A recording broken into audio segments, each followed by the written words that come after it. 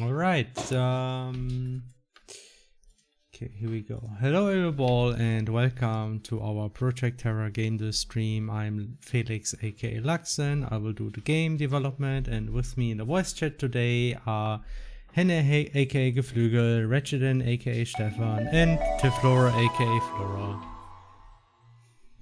You're welcome.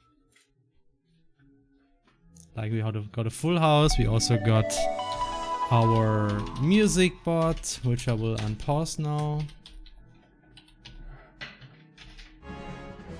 And then we have our sound bot. Guten Abend. Nine. No. Hi. This is the right We sound. get Wait, we have a soundboard again. Yeah, we have the sound Hannah, bot. please. I managed to fix it last stream. It's actually really funny because it's the old version again. Like the old one broke at some point, and then I switched to another soundboard based on Node.js. But this one is just a pain to build because it's Node.js and it uses like 500 packages. And some of them broke over time, and now I can't build it anymore and run it. And I gave up with that one. Then I realized, oh, the old one actually got an update. Now it's working again, so I got the old one. Which is just a Java application. Cool story, bro. Okay. But the Okay. We got Oh some my God, please, Hannah, tell me, don't spam this the No, I'm entire not. afternoon. Evening. Felix can vouch that I barely used it last stream. yeah, that's actually true. It was actually really weird. I need to get used to it again, but I mean, I'm not gonna spam. Yeah, and as Flora said, we got tons of subscriptions. That's true. Already. Actually, let me go through the subscriptions. We got one by Silver Shears, subscribed for 12 months, saying 1 year of subscription. Woo! Thank you very Yes, much. congratulations. And then we got another one from Super Stinker 666, who now subscribed for 2 years, in fact. Thank you. Thank you so much. And then we got, let me see, one by iRobin 591, saying Player Smug, who subscribed for almost 3 years. Almost 4 years. Holy shit. 46 months.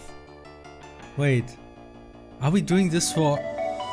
We're doing streams for almost 4 years already. Yeah, actually, for how many years? Started With streaming. subscriptions, we've done streams before. Yeah, we got- actually have been streaming.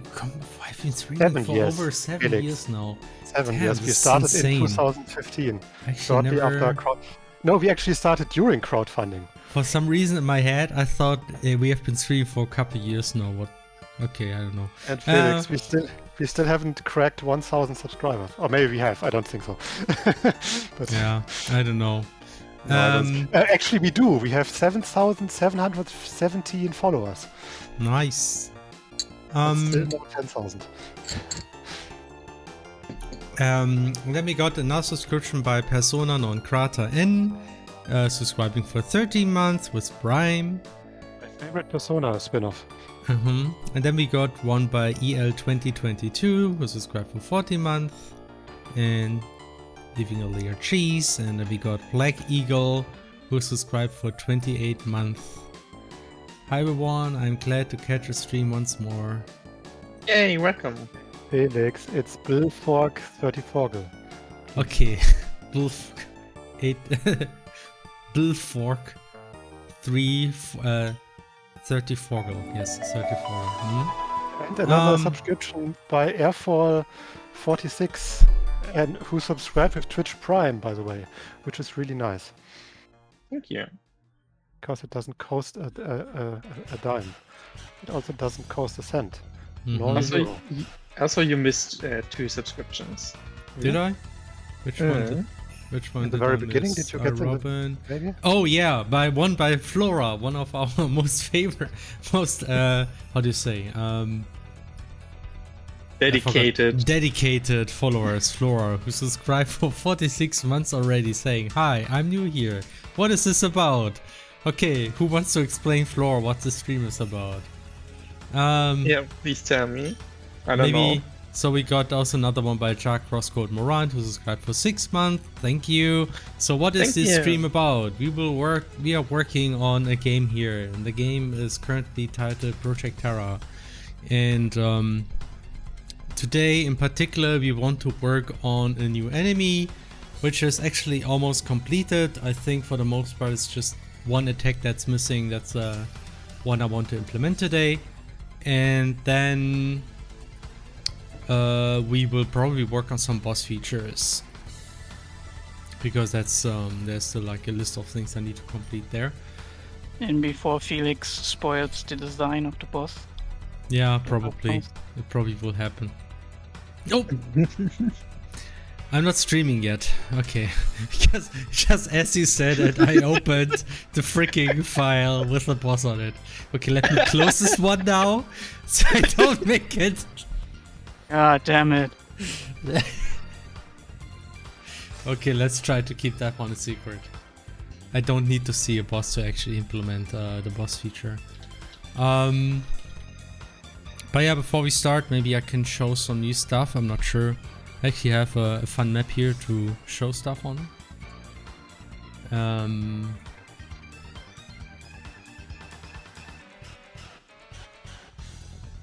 I worked on the way damage reactions are working. Up to this point it always looked like this, kind of like in Crosscode. You have like a damage animation, then you're kind of like moved away, right? That's like the Crosscode standard. Now you actually have, for stronger explosions, characters properly falling and getting up again. It's actually very fast right now. I tried to make it in a way that it actually doesn't increase the stun time, because it shouldn't really, the game shouldn't feel less responsive, so it's really a purely decorative thing. But anyway, that's something that was implemented since the last stream. There's also like more menu stuff. I can show the menu, right, Stefan? Sure. Okay, then I just need to go to a map where I'm not in a battle. Yeah, it works, I guess. Yeah, here we go. So that's the new menu we have here with roundish buttons. And you can already see like the options menu, which is, well, I mean, it's still work in progress. Some of those witches will still be worked on, but it actually does look already. Actually, we got a new sub, a gifted sub actually by the Crosscode Morant. Wow. Gifted to Medium Meme. And yeah, thank you so much. That's amazing. Thank you. Also, before I forgot to mention this, if you have any questions to us, just write them in the chat. And if you write at Radical Fish Games or at Flora, at Geflügel or at Regiden, that kind of like helps us to pay to notice the question. For instance, there was a question here. Okay, we take it for granted today, but the single Radical Fish Game stream has more viewers than a peasant in the 1400s would get in his whole lifetime. Well, I guess that's true. It's just Technically the truth. technically that's true. It's just that, well, word is a more crowded place these days.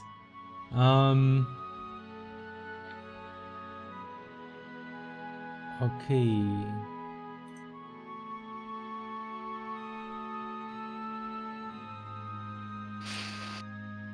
Yeah, so anyway, what I wanted to show about the menu, actually I wanted to do some of the debug options, but I can actually change this in the menu itself. I can go to the text field and say I want to have my bitmap fonts again. Now we got bitmap fonts, and for text you can also change the outline, the thickness. If you do slow down, you can actually see those lines be animated too.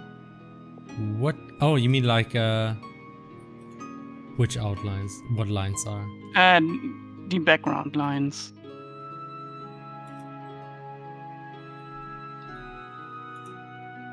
Oh, you mean when I open the menu? Yeah, you have to be in slowdown to really I see it, yeah.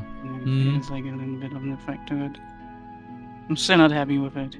It's still Yeah. not good enough. Not good enough. Not good enough. But we will get there. Not good enough! Yes. I had to. By the way, since when does the soundboard have like this voting option? Not the soundboard, the music board. I mean, there's new commands for the Oh. music bot in general. Neat. You have to use the slash now. Mhm. And I guess they just implemented this feature. Oh. If you looked at the stream, by the way, just so you know, Stefan, this is the kind of stuff why I like the pointer lock. I just accidentally closed everything because of I clicked outside the window. I mean, you can enable it. Yeah, I actually did already. I'll enable it again. It's, Yeah, okay, what was it? damn, that never happened to me, I have to be honest. I know, like it happens to me all the time. I think that the problem is this here. Maybe, if we could maybe try to disable this, because since you use the right mouse click now to do stuff, all you have to do is then here and then, I don't know, use close or something. I know. It happens more often than it should.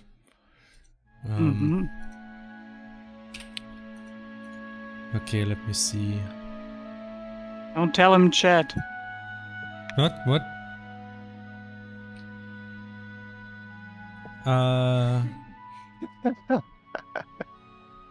Quick hide. Actually, I saw that one already, yeah. Yeah, it's like an ongoing thing about the title of the version number of the game. Like at some point, they just wrote Will Lux notice, and then Hannah had to add some weird Among Us emojis. Amogus emoji. Yeah, it's not an emoji. It's like this one. I think it's some Indian or Malaysian. I'm not sure where it actually comes from. Yeah. Felix, Hmm. go into the menu, the main menu. Open the debugger. In the main menu. I mean, you can open it anywhere, but and select and scroll down. Like make the window bigger, maybe, because you're gonna need a lot of scrolling. Okay. Wait. What do you mean with window bigger? Like maximize the window, right? And press F1. Okay. And now? And go to the F1 to open the debug menu. And then go into the third from the bottom entry. And now? Third from. I'm waiting. Oh yeah, there's a delay. First of all, we gotta. I'm gonna say the Amogus symbol comes from the Sinhalese language, or Sinhala language, which is very from related. Sri Lanka. Yeah, but also, question: Will Flügel be adding another self-insert character to Terra? What does this mean? Another? He just discovered Emily, the Emily thing. I mean, Emily being your self-insert and all that. Yeah, of course. I mean, obviously, Emily was Hannah's self-insert. That's why we added her to CrossCore. Yes, totally. So what should I do now, Stefan? Anyway, click on the main menu curve manager. Main menu curve manager, yeah. And then select the first layer, the main layer. Holy shit, that's a long delay. And when you're on that, there should be like a new section called curves. There's curve in ML1 and ML2, yeah. Yeah, right. And you can play around with these values to change the curve in real time. That's what I built, so I can do this in game. Okay, wow. Oh, I see it, yeah.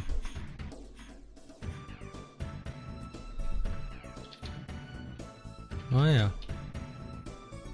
You can change stuff like the thickness, the anti-alias effect, and then the kind of like endpoints and the control point. Nice. the usual stuff.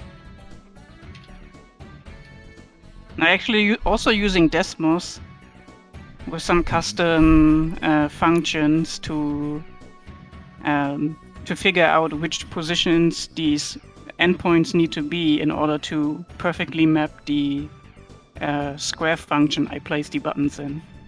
Hmm. So it's absolutely accurate. Wow.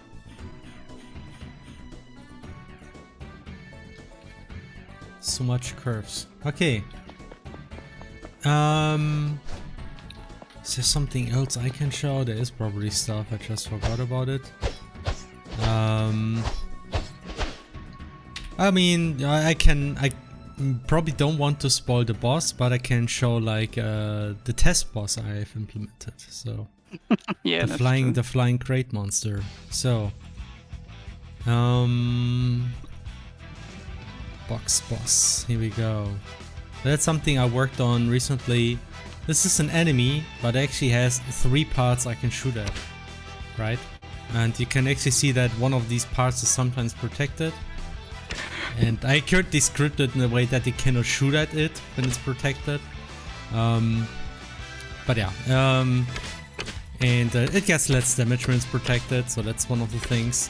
All of these boxes have like unique resistances too. And you can break them. Like if I keep shooting this one, you actually see how it gets more damaged until like the break bar is full and now it's destroyed. I can do that with the other part as well. So you have like individual break bars for each part. This one actually takes a long time to destroy with the arrow, and I'll just use the chakram. And now they're all destroyed, and yeah. The game's done. Right. Finished.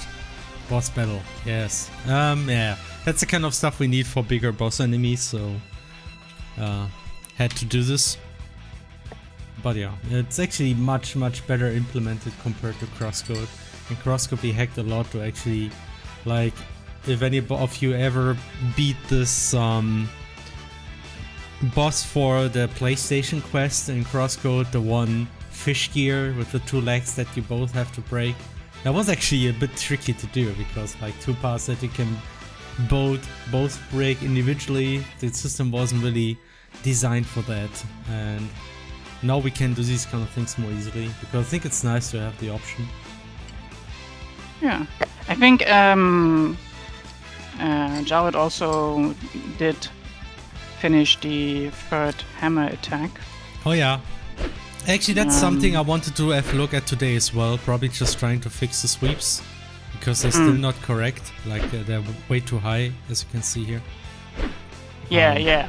That's also because I don't think we ever explained to him how that works. Yeah, I think I did once, but maybe not really that much in detail. And it's a bit more complicated. But yeah.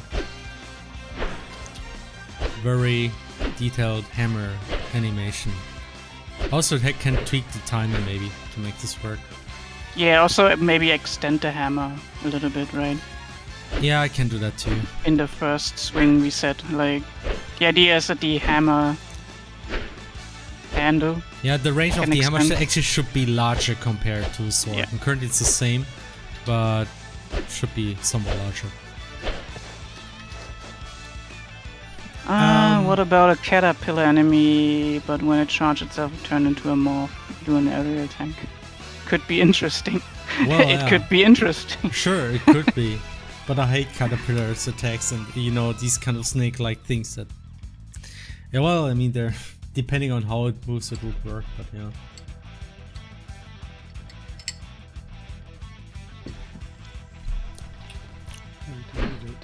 As always, don't worry about, like, boss designs. They kind of create themselves. Yeah.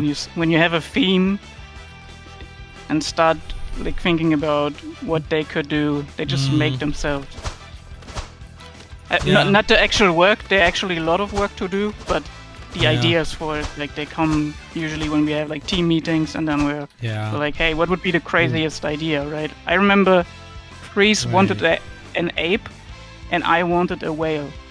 So we did So we did both. both. That's just like Wait, I thought everyone's that happy, right? I think because yeah, that's where we're going. Okay, anyway, yeah. So I have a look at let's have a look at the new enemy actually, which is the Wasp. So I'm still not 100% happy with those graphics. I realized again, like those things need outlines. Yeah, Even if you they're said so, supposed to be transparent, because like you really notice how it kind of like it doesn't match well together. Like it feels like the enemy itself is sticking out how it should be, but those wings, they're kind of like very blurry. So I'm not 100% happy with that yet, but yeah, anyway, we can easily fix this. How Fortunately, did we do that with the colibri?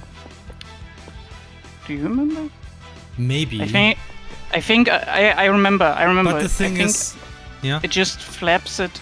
It has one frame where it's on and then the other frame it's off, and then it switches between those two things. Yeah, it might be. I don't know. Like I don't really take Crosscut as a reference here because we just have a different visual style, and I think actually outlines are kind of important now because they really make the characters and things stick out. And this is much more about like a consistency I try to reach here.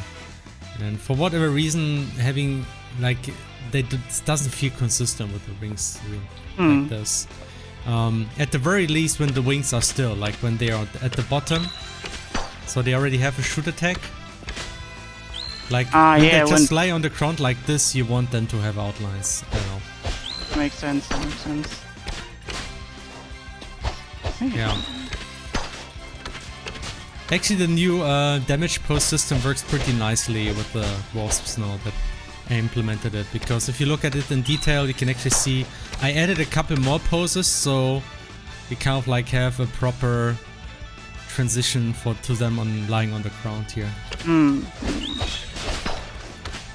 Maybe the wings are too fast. No, it's actually quite alright for a Wasp. We did take reference.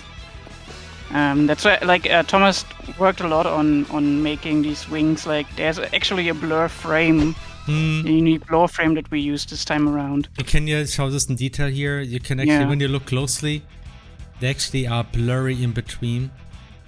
But actually not when they're going upwards, which is probably something we might want to tweak now that I look at it. Yeah. But yeah, but that's on Javit, I guess. But yeah, like the point is the graphics are still not 100% finished. I also did increase the contrast, and I think I may have made them too bright in the process. So, but yeah, like for the most part, that's how they are right now. You can see, like, we have a flying enemy you can shoot up, right? And that stuff works. And that's, this is like first area enemies, right? Yeah. So, basic stuff. Will you be able to throw back enemies and maybe into another enemy to deal extra damage? You guys have so many ideas, jeez. I think you could do this, but you need to use a proxy for that when you hit that, right? Like otherwise like, you I'm not hit. sure. Like it will not be a general feature. There might be like certain situations where you can do something similar to that. Like the kamikaze. Yeah, like with the kamikaze and the bombs, something like this. That might work, but yeah. If you... Otherwise, I think that it affects the gameplay a lot, you know? If you like in Guacamelee, where you throw enemies into other enemies, and it's like a very important part of the feature, game. Yeah, it's a core feature.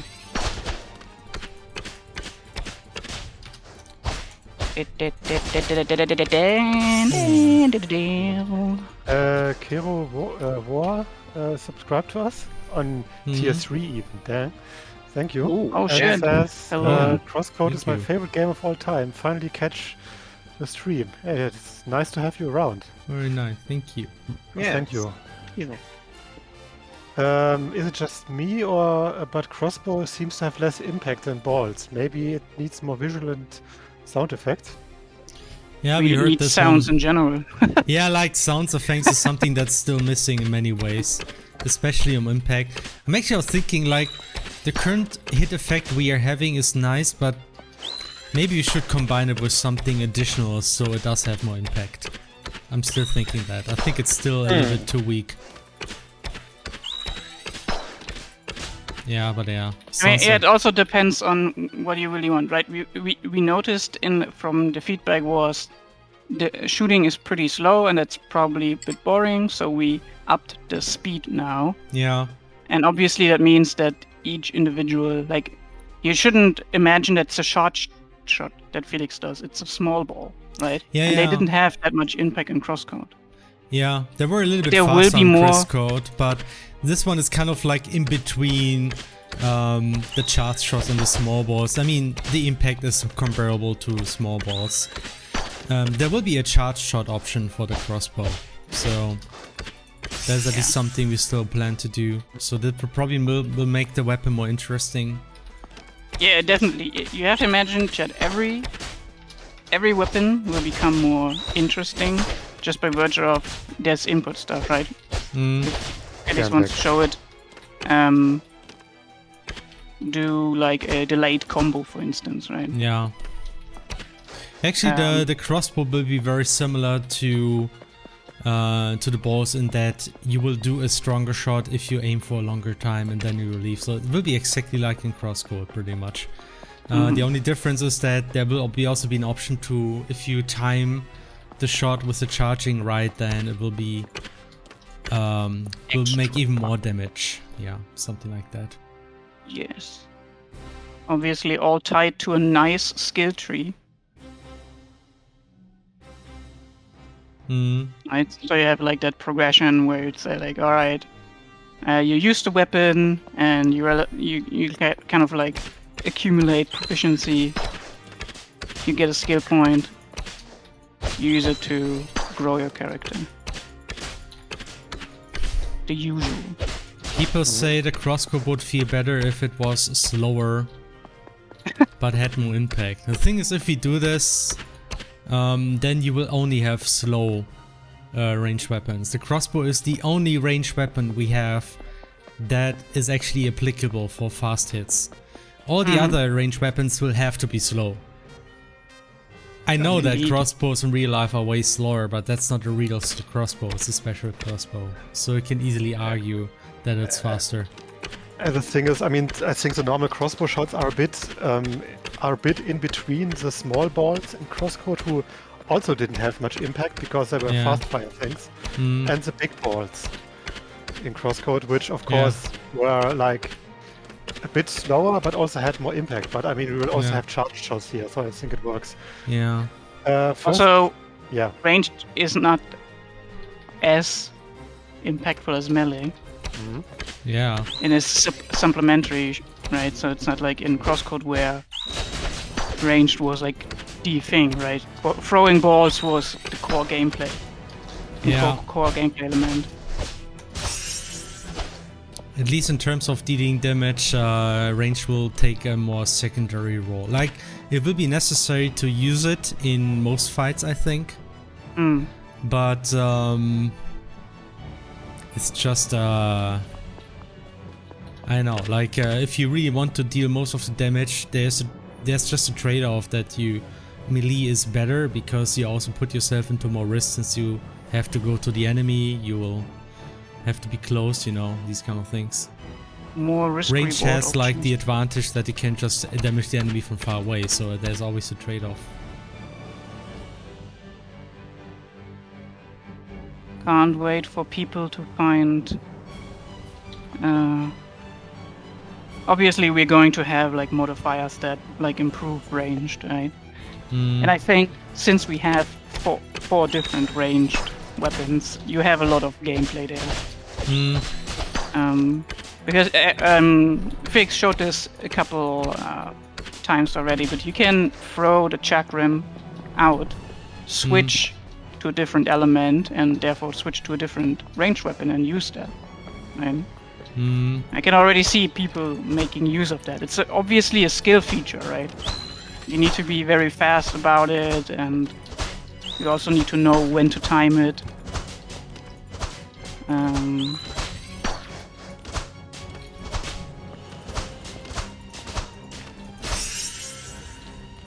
We got the first message from Cookie Empress. Just want to thank the entire team. These streams are really inspiring and motivated me to finally start my own little project. That's nice. Let's fucking go.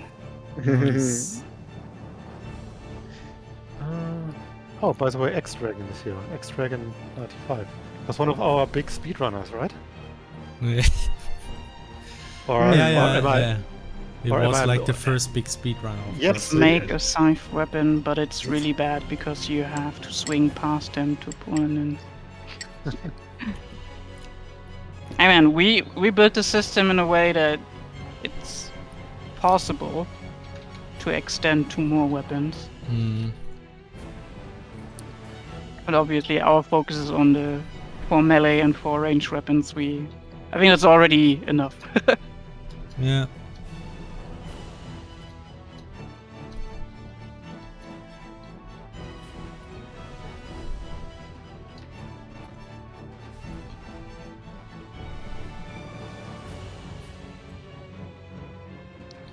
Anyway, let's work on that tackle, on this Wasp attack. The tackle. Fuck. It's actually almost done already. Actually, a new feature I implemented is you can now add movement options, so you can have the character walking around the enemy as it attacks you. You can also increase like the distance. You implemented it already? Yeah, Awesome. I did this the last few days. You can. You did this? I did this. I did this. No, I did. So yeah, I think this will be useful to essentially test if the auto aim is fair. So you can, at least for the beginning, I think fair is like to say if you're walking, it should hit you, but if you run, it should not hit you because you know, for later enemies, just running will probably also not be enough. But for now, this should be okay. Yeah. So that's something I implemented. I mostly just want to actually work on effects. I actually don't want to reuse too many effects here. I actually implemented some new acid-like effects. I'm still not 100% sure about those, but yeah, like at least try to do something different for these attacks.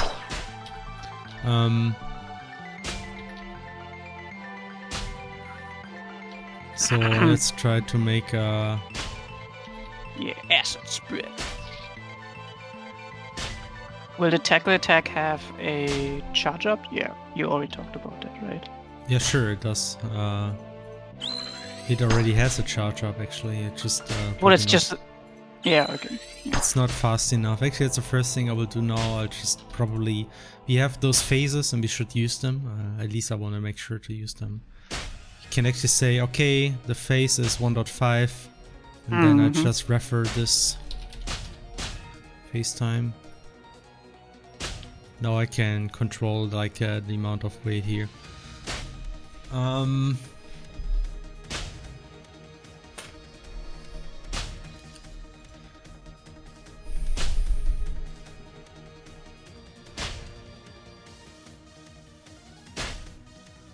Okay, so the way I would like to do it is to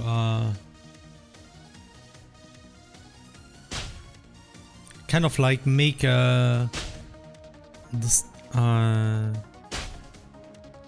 some kind of trail going from the stinger of the enemy. I think that's something I would go for. I think this can work. Tackle. Swing. So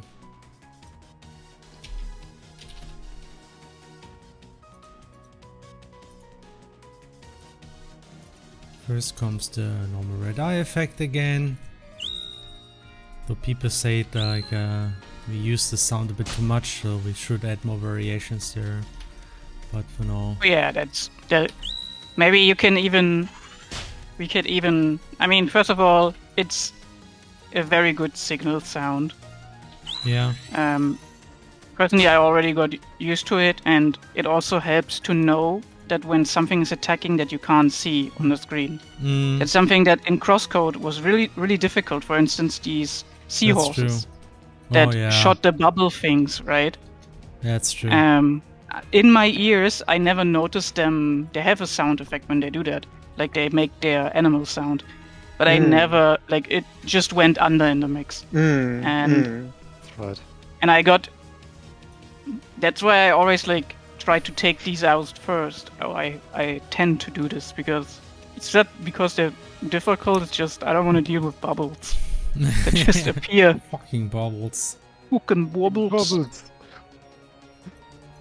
Okay, lower end. Here we go. But you could have something that would be nice. Maybe is have a charge sound. If it's a different charge sound, if it's a melee attack or if it's a ranged attack, and that way you know, oh, right, you maybe like here, oh, yeah. Yeah. I mean, the best in class is always Devil May Cry 1. How they did this with their forced camera perspectives and just like making these extremely unique sounds for the enemies, so you always knew what they would do just by sound. And if you wouldn't know it, did you know that they could never show more than one enemy type at the same time? What? Yeah. Really? Damn. Yeah. It makes sense because if I think about it, that's what they actually did. Right. Yeah. Like Never maybe thought there about was that. like a puppet, right? And that puppet had variations. That was okay, but there was never a scissors guy with a puppet together. Huh. That never happened because of the way the game was coded. Interesting. So they made really like clever use of those single enemies and combined them in an interesting way. That's why the enemies in Devil May Cry usually have a little bit more attacks to them. Yeah, because otherwise it would be too monotonous. Yeah. Yeah. Okay. And also every enemy yeah. in Devil May Cry 1 has like a feature that allows you to reveal their weak point or kind of insta-kill them if you can get it. So, which I didn't like. I knew that they reveal their weak point, but that you could kill some of them using that knowledge instantly. Damn, that would have been useful 10 years ago. Definitely. Also, what was I say? Good evening, Schilderich. Good evening. And good luck with your, or how do you say it without luck? Many success to your own game deving. Many success. Many success, much success. I don't know. I don't want to say good luck because programming and game dev obviously is a skill issue.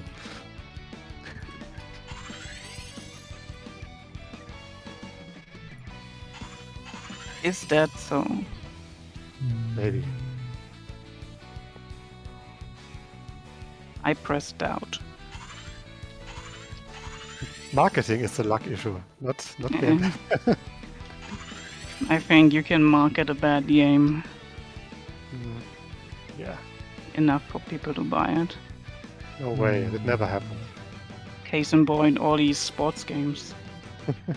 I mean, they could theoretically be good by the measures of sports games. I mean, I would know. I would say they're not really bad, they're just very average.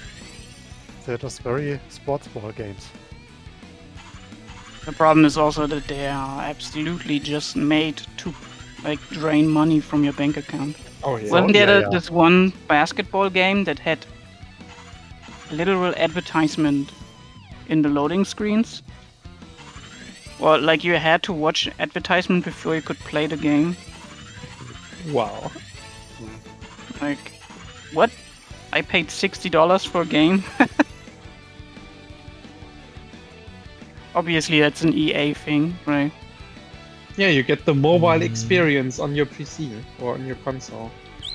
It's amazing. Oh, that looks better. Now you got a small charge bulb. Then you have like Big Ball Energy Tetsuya Nomura, who's like, hey, let's make a trailer for a fake game in our game. Like they did in Kingdom Hearts 3. And then everyone is like, oh shit, Nomura, make this game. Or they're like, is this a real game, actually?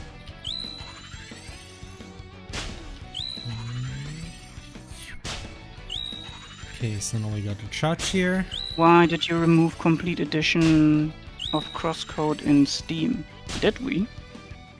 Did we remove that? If that has been removed, it was likely not us. It probably was a Because mistake. I would assume that. That can happen too. The back end can be scary at times. Yeah, it's like the back rooms. It is. Mm. No, there's even scarier. Like, Steam is even scarier. But still the best backend.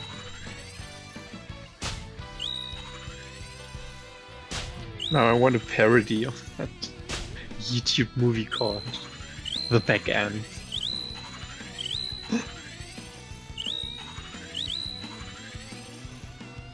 Yeah.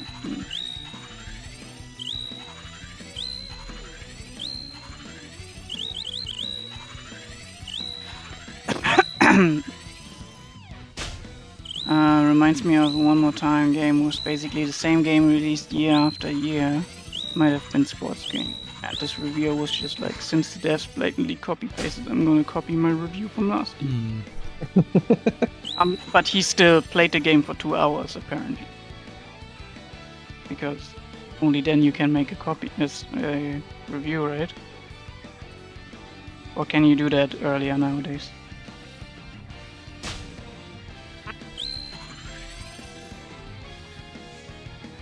Okay. I was playing a game recently that I actually was looking forward to, but goddamn, I had to refund. It was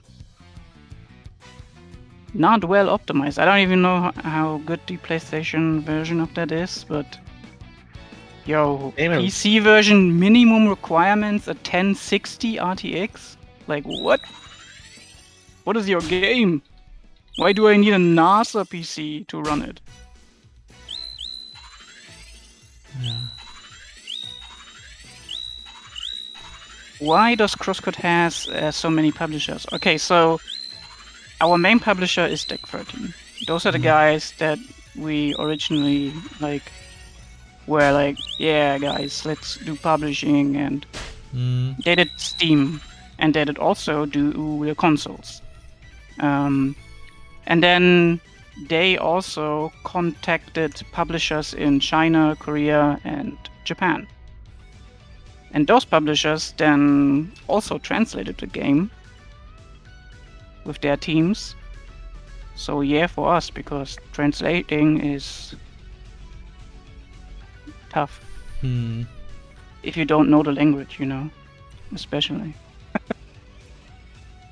And so you have one publisher for Japan, one for China, one for Korea, and then for the rest of the world, it's Deck13. I believe. Did I miss someone? No, I think that's it. And it's also because the just the market in Asia is very different than the Western market. It works very differently, and yeah, they said these people know the market better than us, so we're gonna contact them. Yep. I mean, the fact that we were through them able to translate the game is amazing, because having your own JRPG inspired JRPG or JRPG JRPG. Important. is coming full circle, Yep. Du-du-du-du-du-du-du. And it was pretty well received in Japan, and also sold a lot in China. Like from what I remember, I think China was like the third biggest market for us. Oh hey, Chrono Dev Oh, Rom is here. sure. Hi there. Hey, Bruno. Hello. Oh yeah, the guy we met at Gamescom. Yes. The one guy we met at Gamescom. Thanks. Yeah. Yeah. One person. Exactly. I don't remember this. That's weird. In which country did Crosscode sell the most copies? I want to say that's probably America. I think it was Followed by America. Germany? Then I think it was America, then Germany, and then China or something. If I at least in the early days, I'm not sure. Felix, do you know it? I think I talked with Mick about that some time ago, and he said that was kind of the order. I do remember that Felix said that some years ago, but it might have changed theoretically. I'm sorry. What was Someone the who question? works. In what countries did Crosscode sell the most? Like top three? America. Is the America. first. America's yeah. first. Then Germany? Then I think China was the second, at least for some time. I'm not sure if that's still the case. Third actually should be Germany, yeah. As far as I remember. So. I mean, to be fair, it is a bit of a shame that we never did, like, Spanish translation and stuff. Spanish, obscure language, no one speaks it. I mean, yeah, sorry, but if nobody approaches us with that's like that's why we did take that as feedback though, and updated, like rewrote the language system to make it easier. right. To have. Crosscode was a bit of a pain at times. I mean, yeah, like you have to imagine the entire translation for every language needed to be in the asset, like in a map or in a database. So when the translation hits, right, whenever we did a release, we had to wait on Japan, China, Korea to give us the translations, German too, and then we needed to bake that into all the assets, right? And Felix wrote an entire thing for it to make this process. And this time around, we said, nah, not again. It also makes the assets lighter, right? So win-win. How does it work now? Huh? How does it work now? Now we have, similar to Crosscode, each asset has like a running language ID. Right, it goes through first language entry and says URLang ID 1 and then 2 and so forth. And for every other language, we fetch the information, the translation for that from a server.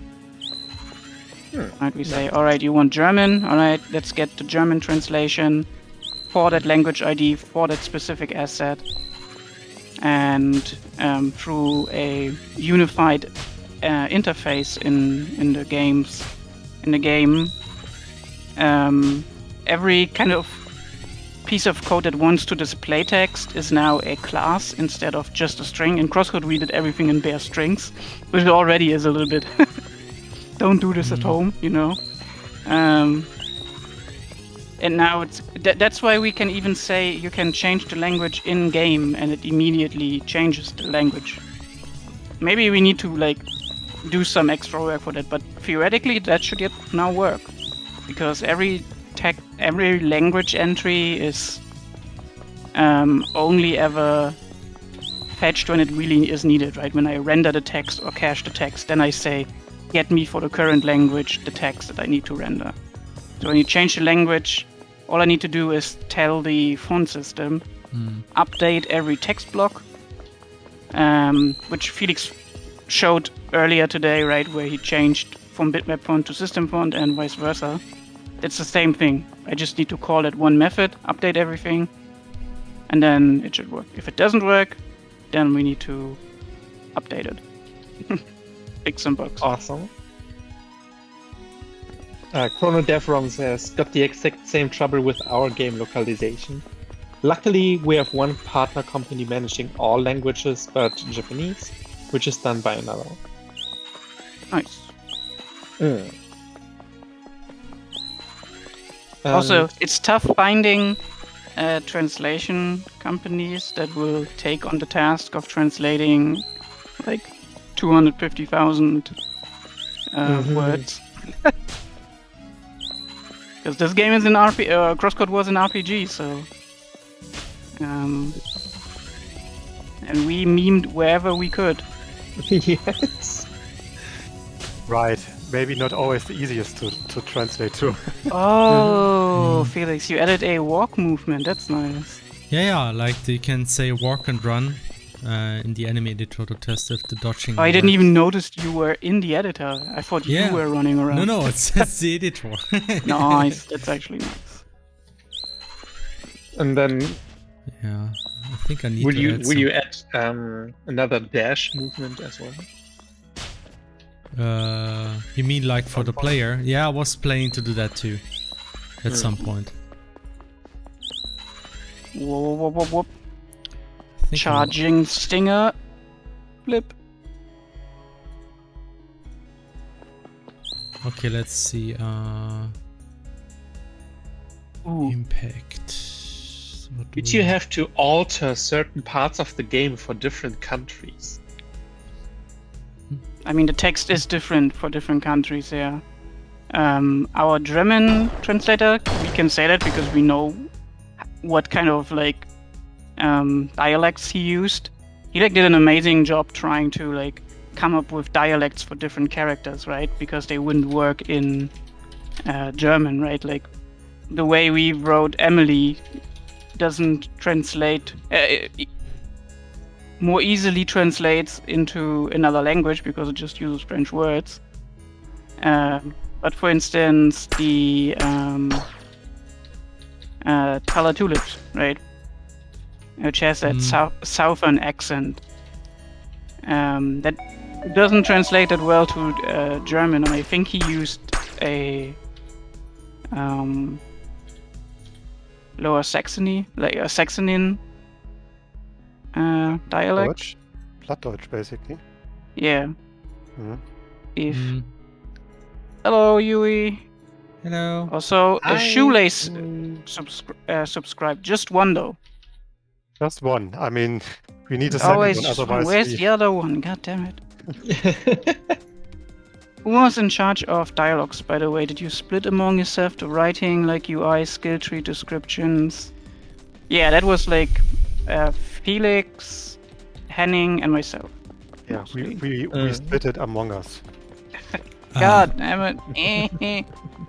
No, I mean, it depends what kind of dialogue it was. Like Felix did most of the dialogue for like main story stuff and also a lot of NPCs.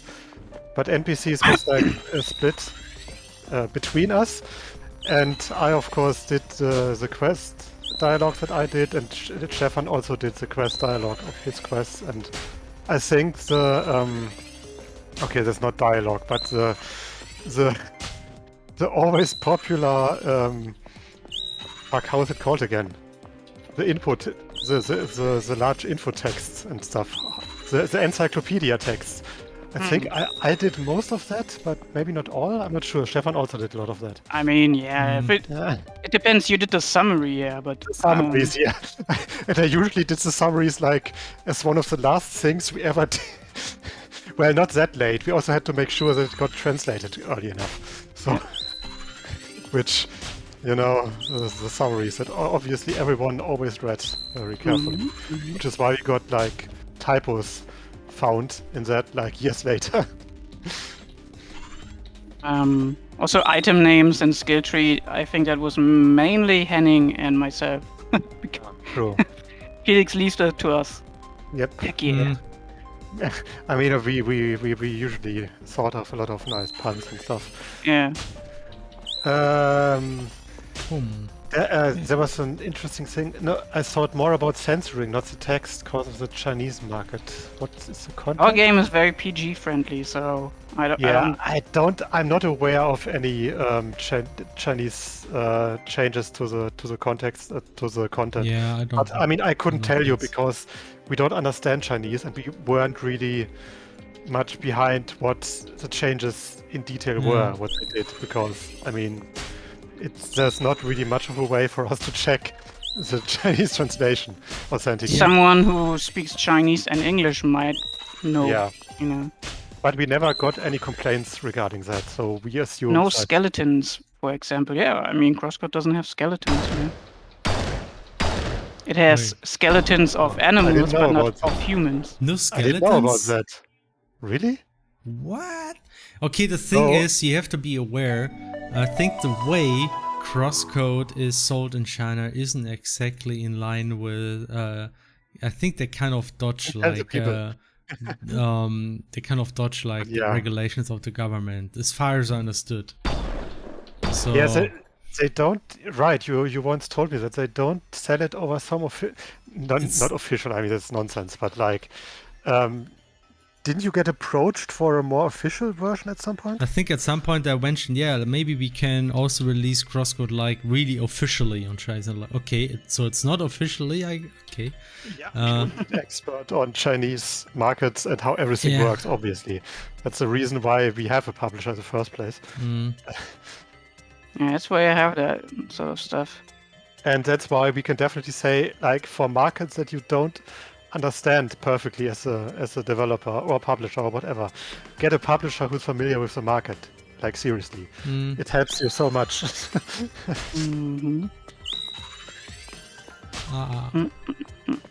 But the skeleton thing is really funny. I mean, do they also have to like censor completely added enemies for games like Diablo, for example?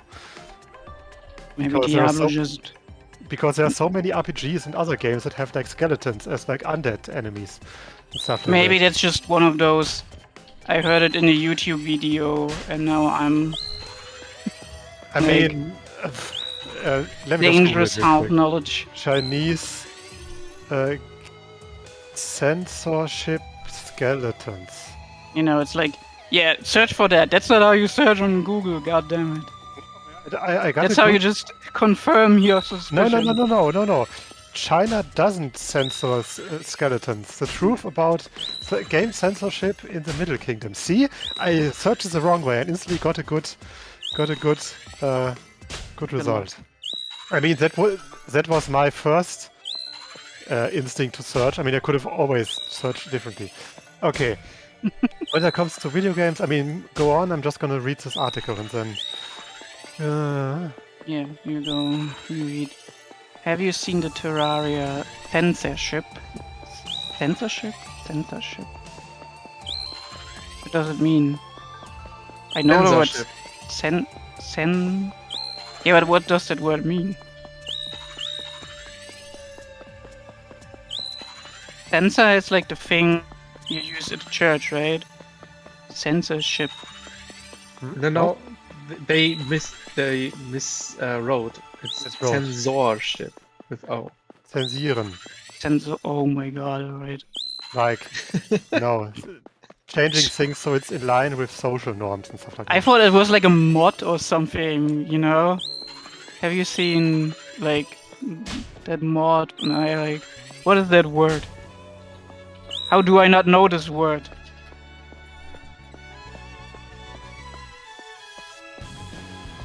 I know okay. I know every English word.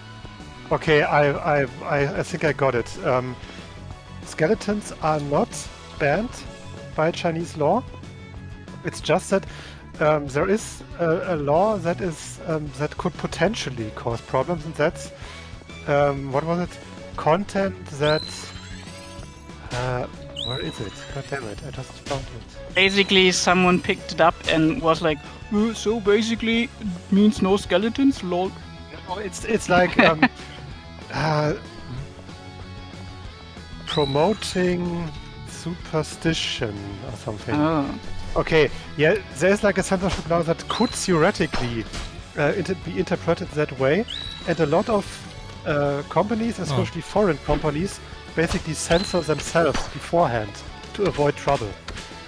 Of course. But they don't necessarily need to, because there are a lot of Chinese games who actually have skeletons in them. So it might have been like some, just like to make sure nothing happens. Like how Nintendo does it pretty often when they like do some censorship of like quote unquote censorship of like loot stuff, like they did in that one Fire Emblem Persona game or whatever. It's more of a security reason, because if you do it beforehand, you make sure that you don't have trouble when you release, and you also are planning like beforehand, so it's easier for you compared to like changing stuff later when the censorship quote unquote is forcing you to do it. That's how I see it, at least. That is still such a stupid way to phrase things. Because Right. the way it's phrased right now, right, it means anything that could arouse superstition would potentially be like, so, ghosts, you know? Yeah. It's of Even- course. I mean, that's the problem with a lot of laws, right? That just that they're not always all that clear. How, Yeah, but usually they didn't like. That's why we have like, what's the English word? Paragraphs, you know, where we drafts and section, subsection. yeah, I mean, the thing is, this article isn't very specific about the exact law text. That's another thing. So I assume companies who work in that area will read it more carefully than some random internet article. But the main point from our 5-minute research now is, skeletons aren't blanket banned, but it seems to be more of a safety reason why many companies basically do self-censorship, quote unquote. And that's basically it. Did we Anyway. mention the subscription of Elect Terminator? When did Not- that happen? No, I think we don't. Yeah. Electerminator subscribed for 43 months, saying good evening, and good evening to you as well, and thank you. Even Another- with here Stufe 2. Stufe 2 even. Wow. Oh man, stage 2, amazing. Another small thing, Medium Mamish asked, why is the German version of Half-Life censored? Well, because German video game laws were pretty strict with violence, at least like back in the day when Were. Half-Life came out. Yeah, It's not as bad nowadays, but there was a lot of censorship of violence in German video games, especially in the 90s and 2000s, Right. where you had like games have like either no blood or green blood, That's nice. or you didn't kill humans, you killed like robots, and they had to one of the most famous examples is like Command & Conquer, where they had to invent some lore reasons that all units were not humans, but instead were like cyborgs, and so they had some cyborg control, some cyborg Geneva Convention or something in the lore, which made no sense, but they kind of did it so they could like remove all the blood and violence on humans from the games. Yeah, good old Command & Conquer with the androids. We have another subscription from Cookie Empress. Yes. Thank you. Nice, Thank you so thank much. Thank Who you. also Cookie Empress was the one who joined us today, right? Did the first message earlier. Yes. The one who started their own little project, which is nice. Back at the time, violence was no, and nakedness was okay. Yeah, nakedness was actually more okay in Germany compared to like America. I mean, it was always, right? That's, Yeah, it's still the case, but there is no law to run around naked in Germany. you mean against it? Yeah, there is none. There is some laws that are like Erregung öffentlichen Ärgernisses. Yes, that's yeah, sure, but that what I mean is, It's if not exactly. that's why we have something called the like free culture beaches, right? Yeah, Where people just go naked all the time, right. The famous and usually FKK Strände. right, and they don't need to be like sectioned off Mhm. because it is in Germany very normal. I mean, even if you go to, at least when I was a teen or something, when you go to like swimming, not swimming pools, how do you say, like public baths, Yeah. it's actually very common to just see like naked women just laying in the sun and showing their booba. It's no problem, basically. And no one really says anything against that. At least back in the day. I'm not sure if it's different nowadays, but I mean... I wouldn't think so.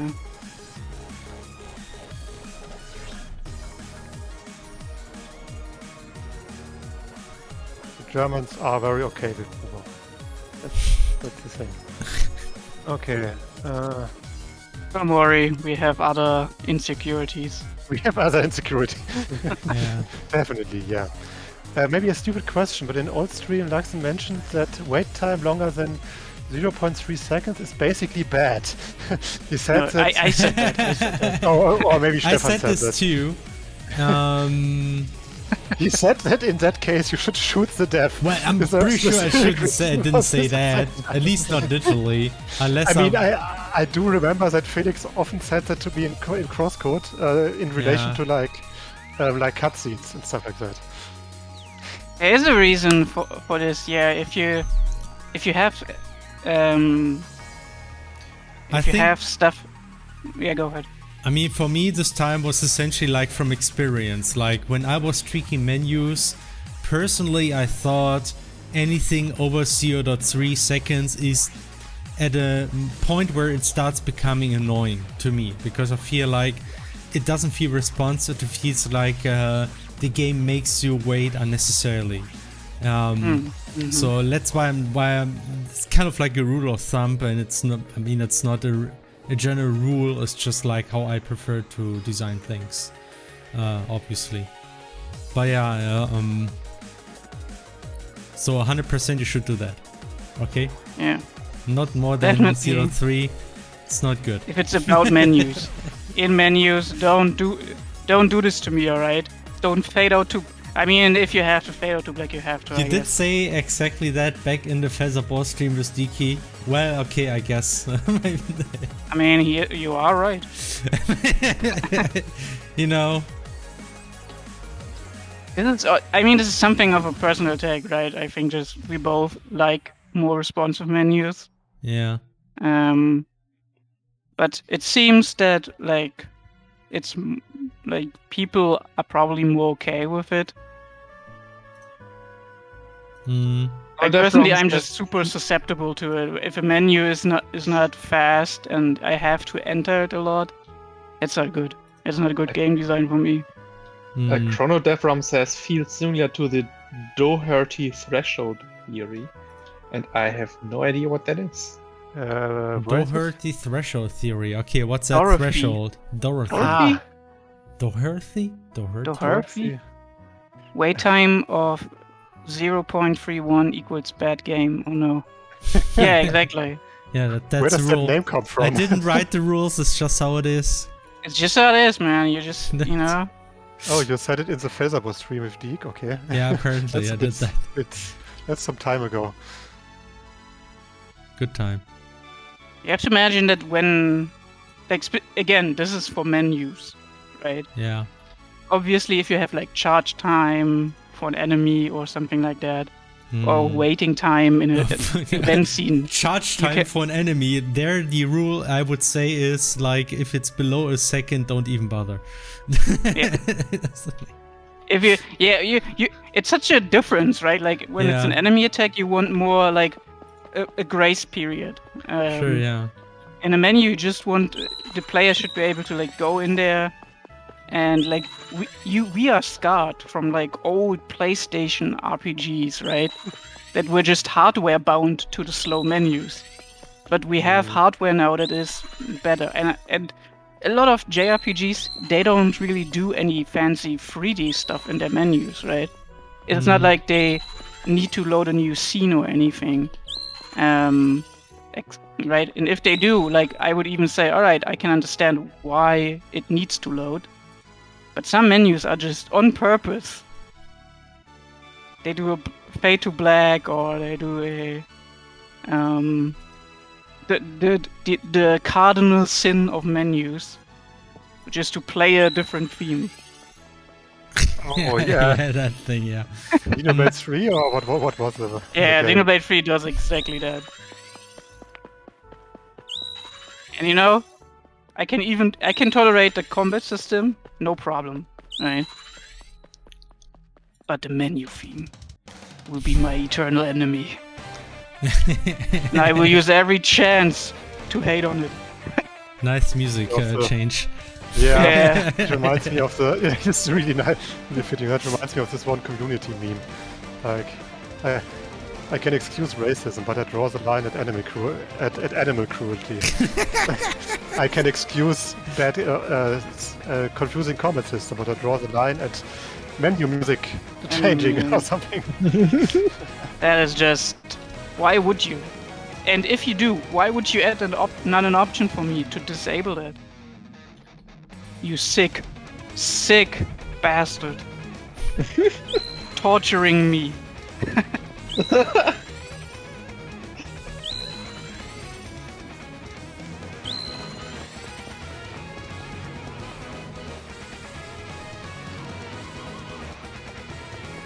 Okay.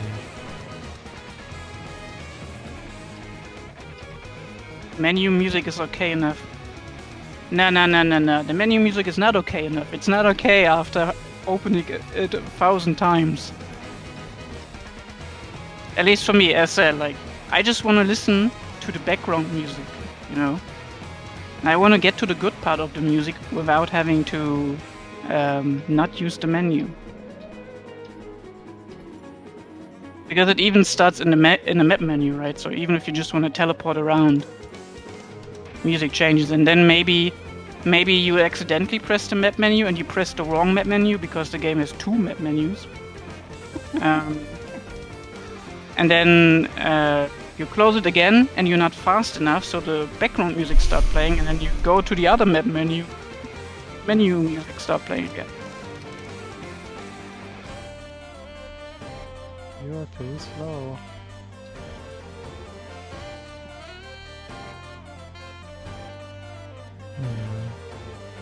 Chain attack music is worse. You know, Yeah, but running around. the chain That's attack fine. music is something you execute, right? I know it happens in the combat situation, and if I use the chain attack, which isn't the best thing in this game, right? It's not like Xenoblade Chronicles 2 levels of insanity. Because there is a new system in town that has more of a Xenosaga vibe to it, if I'm being honest, like Xenosaga 3 specifically. What about pause music like Battletoads? Yeah, I don't like it. None of this. I don't enjoy it.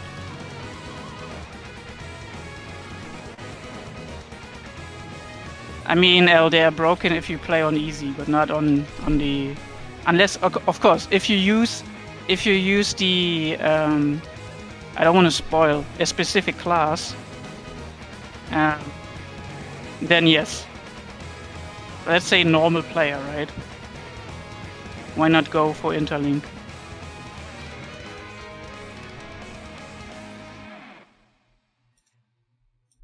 Also, I want to say something for Xenoblade that I think is one of those, no, not the flag class, the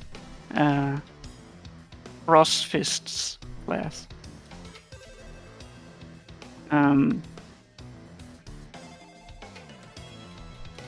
You know how in earlier games each character in your team had like a unique ability, right? And then in later games it was more like, hey, you can do every character, you can play however you want to see fit. And I personally like the idea of having a character be unique to something. I liked that in the first Xenoblade. Actually made me play the game characters, like all the characters, once in a while. Except Healer, you know, like, you can do it, Charla, I believe in you. In the third game, you can also like switch classes. But the protagonist is still the best pick to play on yourself. Because, you know, he's the protagonist, so he gets the ability to do stuff that the other members can't do. Which is like, no, but I wanted to I want to play Uni. That's what I'm saying, you know? I just want to play as Uni in combat. Let me do the awesome stuff with her too. You Muppet. You're a right Muppet. Yes, Uni's the boss. Let's talk about Uni, alright? Uni is basically the perfect video game character. Doesn't she also say bollocks and stuff like that? Yeah, she's definitely among the most sweary characters in the game. Yeah. She's also like, you know, she's talking to people and calling people like love and sweetie. But when someone says it to her, right, she's like, nah, that's weird. Don't do this. By the way, Gamedev says, ask if there's a playlist, and there is actually. Let me copy it quickly. This is our playlist that we're using on our stream. What is it? I haven't updated it in so long. Yeah. There's so many suggestions, but I haven't updated it in maybe years at this point. The Gamedev playlist is... Oh yeah, you got it already, okay. Uni is number 2 in swears. Yeah, there's another character who swears even more, but the Sparkin Queen herself. Uni is truly wonderful. And if you combine her with like an early hero you get, what's it called? Gray, if you combine her with Gray, she's like just fangirling him in combat. I love it.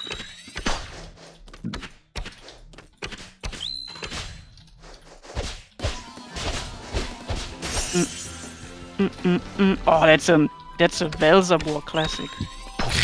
Oh yes. It's so amazing that Felix had such a great composer back then already. Yeah. It was Sakuraba to compose for his second RPG game, man. Classic. It's like that's where I obviously knew the song, right? But I connected more with Belzebor.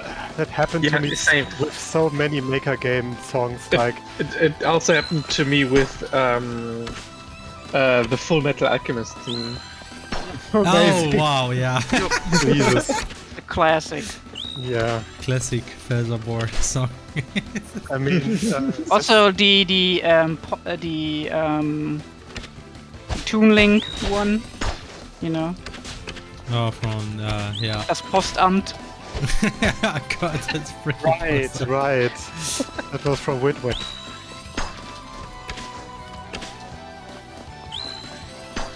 Okay, What so we other got game? now like an abstract bulb dash effect, and I think it looks neat.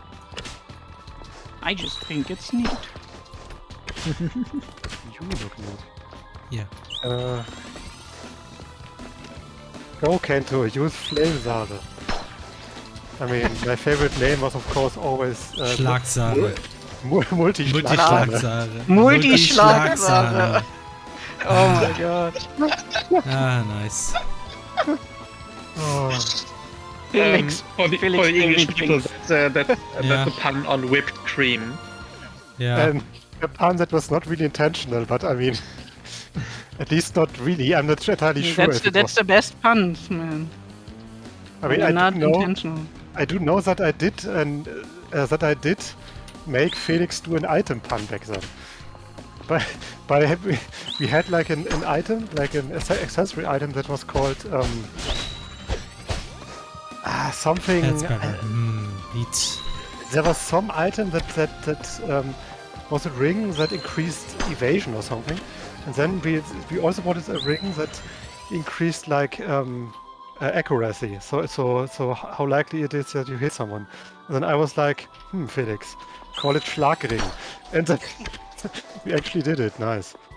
And we had an item that was called a Schlagring. Which was... I mean, not really a pun, but it was kind of... It's basically a Schlagring. Uni was the Welsh one, right? The No, Welsh- that's different game. Uni's from Xenoblade 3.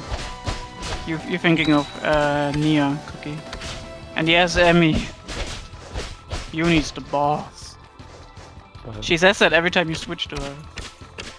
Okay, must be Actually, true. in then. the comments of the stream Not archive- every time, but she says like, yes, Uni's Wow. the boss. Actually, in the comments of the stream archive are timestamps for all the Laxen NPC names. Herr Kuren Poralis. Oh no. Oh yeah, that was a great joke. Even back then, Yeah. Felix had some great writing, and that Yeah, was I one mean, of those Reservoir moments. had some great jokes.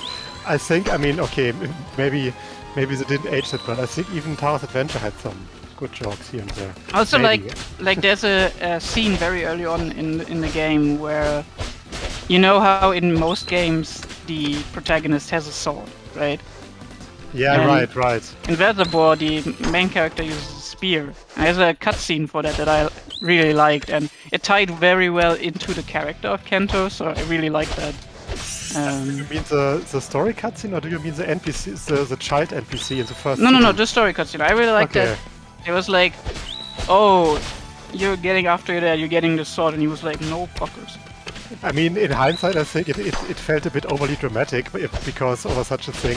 But I mean, then You're again, it complaining was about things being overly dramatic after stuff like Attack on Titan and the whole that's different. That is very different. Sure, it is. Whatever. Felix, in Attack on Titan, the things are about life and death and stuff like that. And in Featherboy, I was like, oh no, I'm not using the sword. I'm using a Yeah, lamp. but it was well explained, you know, it had I know. reasons. I mean, he wasn't why- angry because they thought he was angry because people couldn't shut up about his father. No, I know. Yeah. I mean, yeah, sure. I mean, he it's- was like a it's bit not of a really bad. teenager. You know, I was a bit of a teenager back then. So. Right, Felix. So you could. You also hated your dad, so. No, My characters no, I- are not self-insert. I just want to reiterate this here. I just want to. Felix dad is awesome. Yes, Felix Yeah. that is great. I just wanted to say that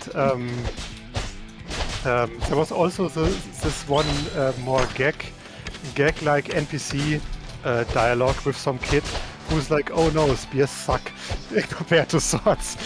To Kento, it was in the first city. He talked to like some kid, and then they talked about weapons for some reason, and then the kid was like, "No, I don't want to use spears. I want to use swords because spears suck or something."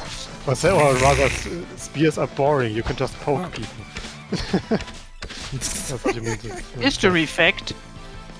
Spears were, like specifically pikes, were mostly used. Swords Yeah, are sure. mostly Swords are decorative, like I know. swords. Now you They're know very this. hard to use and very well in a fight against an army with like bows Yeah, and yeah. pikes. Thing You is, know. I wouldn't say swords are decorative, but swords are usually, first of all, sidearms. If your spears are broken, because you can carry them obviously more easily than a spear. And also, they were also like civilian weapons when they were actually legal. Civilian weapons or like like also prestige weapons, but they were also self-defense weapons. Because as a civilian, like nobility or something, you can't just take a pike everywhere you go Yeah. to defend yourself. But you can't? can. I can. Well, you could, but it's not really. It's it might be seen as a bit weird. Yeah, Okay, and also, which is like one of the very interesting things, let's like see in if I can RPGs. fight 5 of them. In RPGs, you often have, or in video games in general, you usually have like spears as two-handed weapons, be like the or like two-handers are like the weapons for like strength-oriented characters, right? And bows were like the low-strength dexterity type usually. And it's like the exact opposite in real life. It's actually, if you are low strength, like if you're not very strong, it's actually better for you to use like two-handed swords or like especially spears. Because you Yeah, I can mean use swords are hands. heavy. Yeah, but two-handed swords are actually easier to use if you're not very strong than one-handed swords. And I Right, can't because say you that's own- true. Yeah. It's a big sword, and you just need to swing it. Oh, there was a You need to question swing it, here right. by Havakelail. Out of Yes? curiosity, which engine do you use? This is a custom engine written in HTML5 using Built upon TypeScript. the Pokemon engine. No. Personally, I prefer Unity. No. Yeah, that sounds. Okay. Easy. And I just want to say, Unity, you mean NFT? NFT, more like NFT. That's a good Oh, one. wow. Yeah, I guess. In any case, if you're the people who are most likely the most strong people in an army are actually the archers, because they need to be super strong to do like the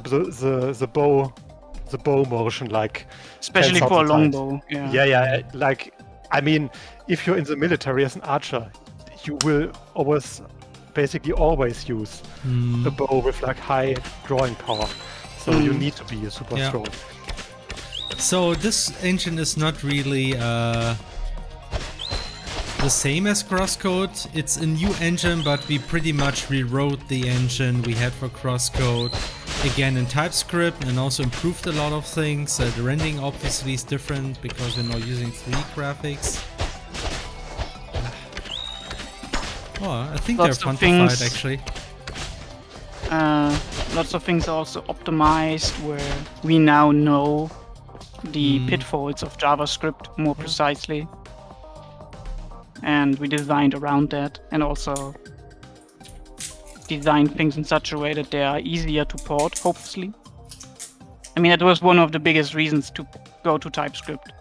And then over time it Yeah. also showed that having the possibility to use types,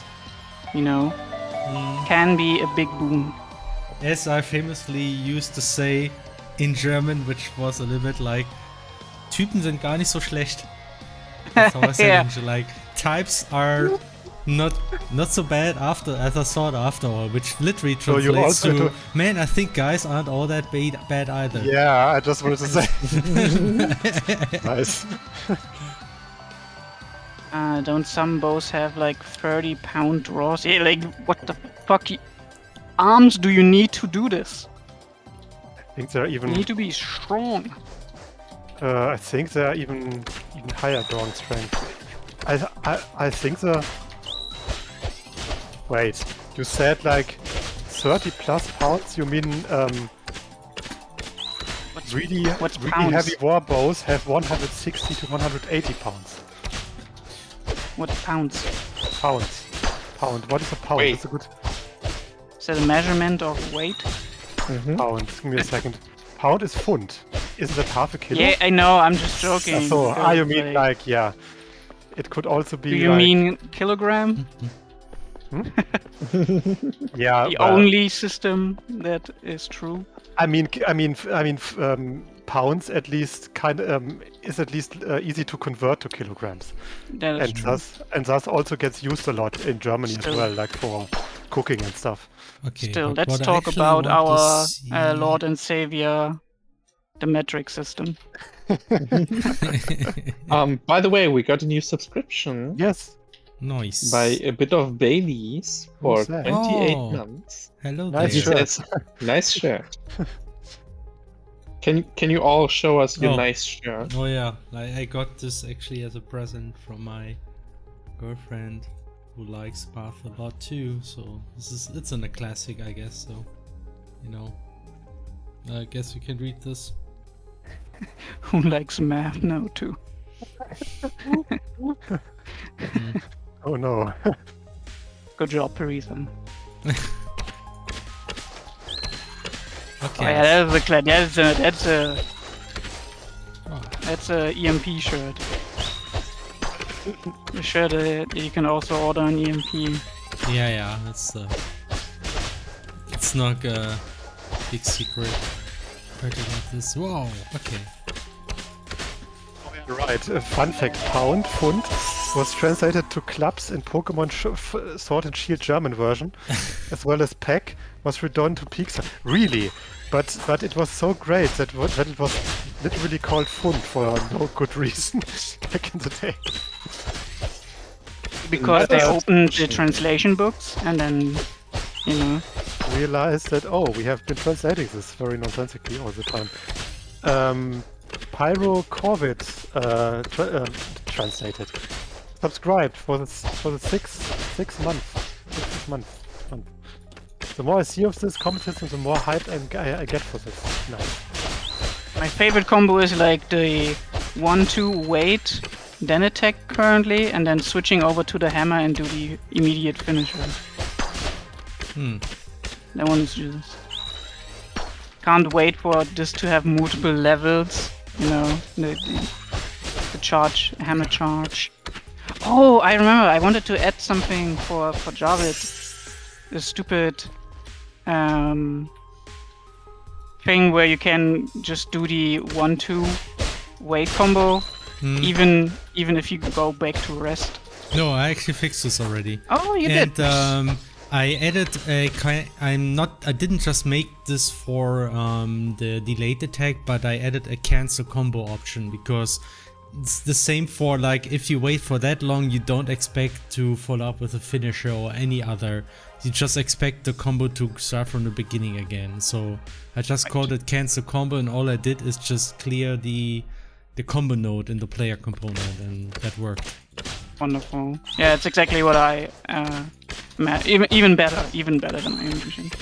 Yeah, I mean, I just thought like it probably makes sense in general to be able to do this. Someone is asking, which city is the most beautiful city in Germany? That is obviously Saarbrücken. I have to obviously answer this. It's Duisburg. No. Just kidding. It's yeah, maybe obviously Saarbrücken not is fine. Frankfurt. It's also not Bremen. I think it's really funny. Honestly, Bremen looked really nice when we were the last when you were so when we did our first or so cross week, and Flora said something like, "Oh man, Hanover looks so beautiful compared to where I'm from," and I'm like, okay. Hanover.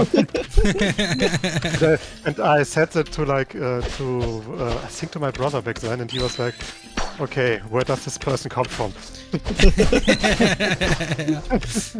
Yeah, Hanover is not a pretty city. It's pretty. It's okay. I mean, it depends where you are, as with many cities. Yeah, probably. But the most beautiful city in... I mean, it's hard to say. I mean... So what is currently happening? How many enemies can be on screen at once? Probably a lot, as usual. Yeah, stress test. Oh gosh, you want to have a freaking stress test. Okay, I can do that. But first I want to actually improve array from... Yes. I actually want to make sure that the enemy is not too close to the player, because this actually is a little bit confusing if the enemy is flying, so... Just that is true, yeah. Maybe doing the initial, adjust away, yeah. Come on, that you makes can sense. Stay still, you know. Okay. That's something we did sometimes in crosscode too, where we feel like, oh, this... The thing is, you don't want this with enemies you're attacking on the ground, but for flying enemies, there's no point in attacking them on the ground anyways, because you have to use ranged weapons, and you want to make sure you cannot stay below them when you shoot. That doesn't look very nice, and also like when they are too close, they tend to overlap with the other enemies that you're trying to attack close by, so having them fly away a little bit, I think, probably looks better. Just want to try this here. Cookie asks, how long did it take to learn to make pixel art like in crosscode? Actually, yeah, this looks really neat. I like it. I don't know, like, I think every one of us can do a little pixel art. Probably need to ask Thomas that, he's not here right now. You wanted to have a stress test, right? Let's see. I think, like, should be possible to have. Oh my gosh, I never tried that many enemies. Let's get ready. To Die edition. Oh wow. It actually still runs pretty good. Oh my gosh. Remember, we This is not removed- what the game is made for, just as a clarification. This is not this kind of game. This is not I will. Vampire This Survivors is the kind or of game. This whatever. would definitely be a quest. Oh my gosh. Actually, it's actually it's not even that Dynasty fun. Warriors mode. It's not even that fun to fight that many wasps because you cannot do multi-attack, at least not right now. I mean, later you might be able to do this, but right now it's really... Yeah, the Okay, maybe wasps this is maybe- better. Actually, this is better, using the chakram, because, multi-hit. That is true, yeah. But I actually imagine it would be funny to make a Dynasty Warrior inspired quest that pokes fun at these kind of games where it's just like massive amounts of enemies that have absolutely no gameplay except for hitting them. Oh, God.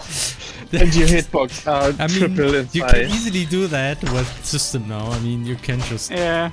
You can't just make enemies with a frequency increase of 0. That means no matter how many of them they are, they always attack with the same speed.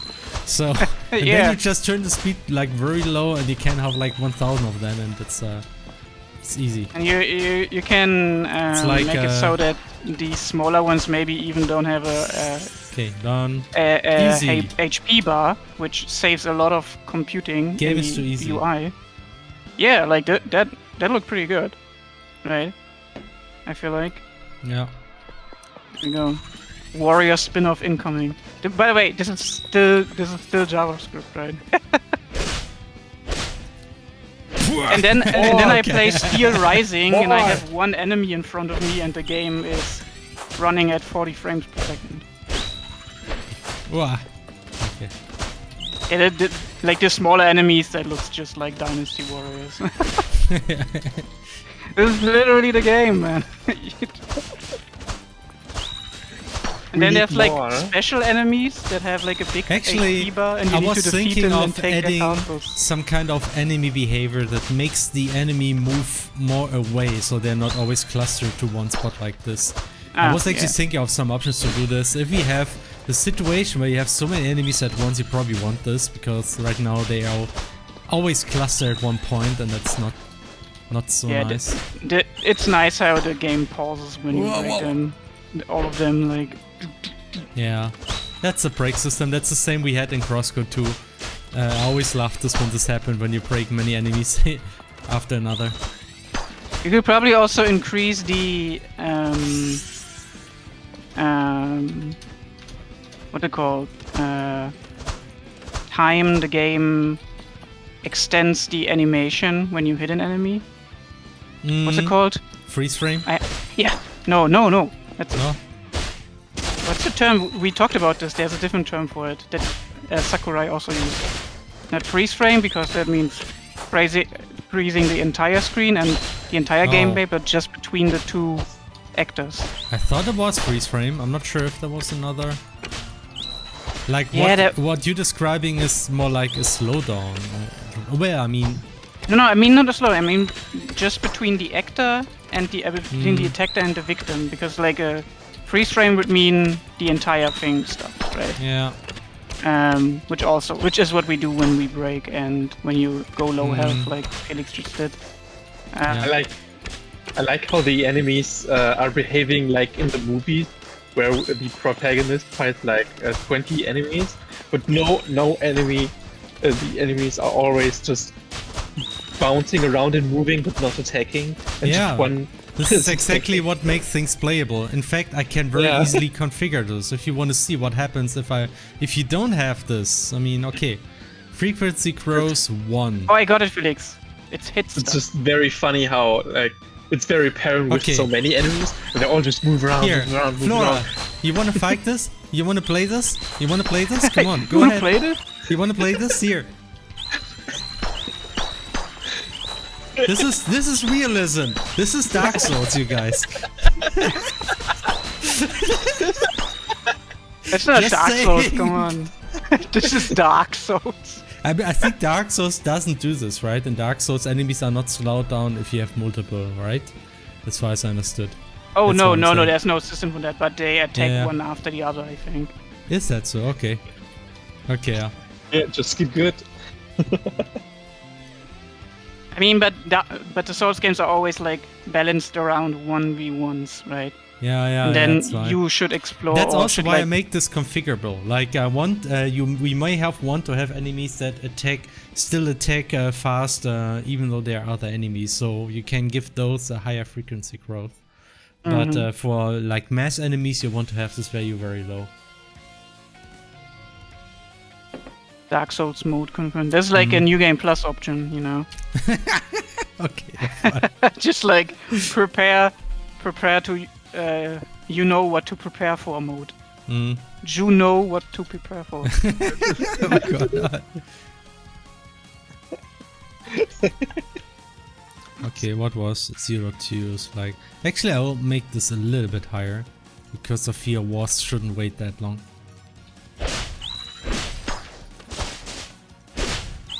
Hey Felix, it was called Hit Stop. Hit stop. Okay. That's what I was thinking about. Mm. That's what like Sakurai. He shows it just between two actors, but if you would play like a third player in that game, that player would still be able to move fast. You know, it's just between the victim and the attacker that there's hit stop between them. And that's funny in Smash because sometimes it's extending your hitbox for a longer while because it's like still out, you know, and your own the entity timer is like slowed down, and that leads to some really fun interactions in Smash. I feel like. They even have something specific for shields, right? Where you have like stun lock, which we have too, I think, but not on shields. Like when you hit a shield within a strong enough attack, then the victim is kind of stuck in the shield. They can't undo the shield for a while.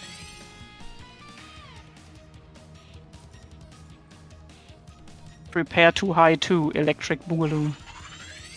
Okay. Description is just you asked for this. This is on you. Don't ask me if you can beat this game. I mean, it was the same with Prepare to High. Like, we didn't test this, you know? We didn't went away and played the game, the 60-hour game, multiple times to test if the Prepare to High mode actually works. It's the New Game Plus option anyway, so we were just like, yeah, there you go. I think I never really did a full New Game Plus playthrough, like with. I did the final boss. Wait, should I add even more enemies? Oh, come on. Until the game breaks down. Yeah. Until it breaks. Okay. I mean, if you have that many enemies, it makes more sense to have like the Wasp be very rare, and like the smaller ones. What the heck? The game still runs fast for me. What? Yeah. Okay. I think I'm breaking a little bit the 60 FPS here, but for the yeah, it is getting slower. Damage now. I could imagine that when... I get the feeling the game really is a lot more efficient than crosscode. I think all those like the small details where we put attention, like using a better class system, which is better to optimize for JavaScript and all that. So making sure to not spam objects. Yeah. As much that aren't fixed. And and using have a like lot of pooling for all the stuff. I think it kind of pays off. Yeah, definitely. I remember there still in crosscode is code that changes a like dynamic object a lot. And according to Google, that's actually slow. That's why they invented maps. That's why maps are there if you often remove and yeah, that's true. There's actually some situations where I probably should use maps instead of objects. It's still a bad habit of me. Just use objects. If you don't iterate. If it has to be fast, I'm not using objects in general. I always try to use arrays. Yeah, arrays are usually the fastest thing. That's the best. Yeah. Technically, how many items can the engine handle? Too easy. It can handle as many as the frame rate allows. There's no cap. There is really no cap. No, it's just we can do as many until the CPU gives in, and you know, like usually it's a good idea to not overdo it because not all the platforms are as powerful as the development machine. But to be honest, though, this machine really is like from 2016, so it's already a bit old. It's pretty performative. I mean, From our 2000 plan. Wait, our work PCs are from 2016? Mine here is, I mean, I bought this one year after early access started, so yeah, 2016. It has What like the a heck? GT. It has like a GTX something. System. Oh no, mine wasn't. Then the one we got from me is a little bit newer. Yeah. Okay. Because I have how the do you- RTX. Okay, just NVIDIA control panel. I think there you can see it. I'm like, how do you see like all the information of your machine? This PC, I think, or This something PC. like this. You can. Okay, it's a Um, GTX 960. That's the thing. I Wow. have Okay, here. that's all right. That's yeah. Yeah. Please don't I have an Really? RTX It's 20. actually a bit worse than I have in my machine. I have Mhm. these 970, And system. and that's Oh, from this PC? 2013, I think. And graphics otherwise, okay, this PC just opens Explorer, so that's not. But I also System would like to say information, I this think. is just GPU, and I think GPU It's obviously it's fine, but CPU obviously is more an issue if you have lots of enemies at some point. fine. because Yeah. It needs to It will update definitely be everything. like a CPU bottleneck, yeah. And what So kind of that's why CPU do we platforms have? like the Switch might be tricky still. But yeah. Yeah, the Well, Switch maybe- CPU is so bad, man. Maybe if you just wait long enough, Nintendo will bring out a new console. It's very likely. It's very, very likely. This is like an Intel i5 for 690, Like like an i5, a pretty old one, but back then it was a very good this one. time we don't i5 make a stretch 14. goal Yeah. for the Switch like we did for the Wii U. I actually think the Wii U version would still be able to run if it was ported through Robot, right? Then I think the Wii U version, because remember, the Xenoblade Chronicles X, right, ran on this console. I mean, what? Which version? Which game? For Crosscode, we the had a Wii U stretch version. goal Oh for the yeah, Wii U version, yeah. Oh boy. Yeah. which we Sure. thankfully didn't met. I know, maybe it would have been possible. I think one big limitation of the Wii U was like memory. I think the Switch has a lot more memory. That is true, yeah. That is true. But in graphic capabilities, I'm not sure if there's a big difference.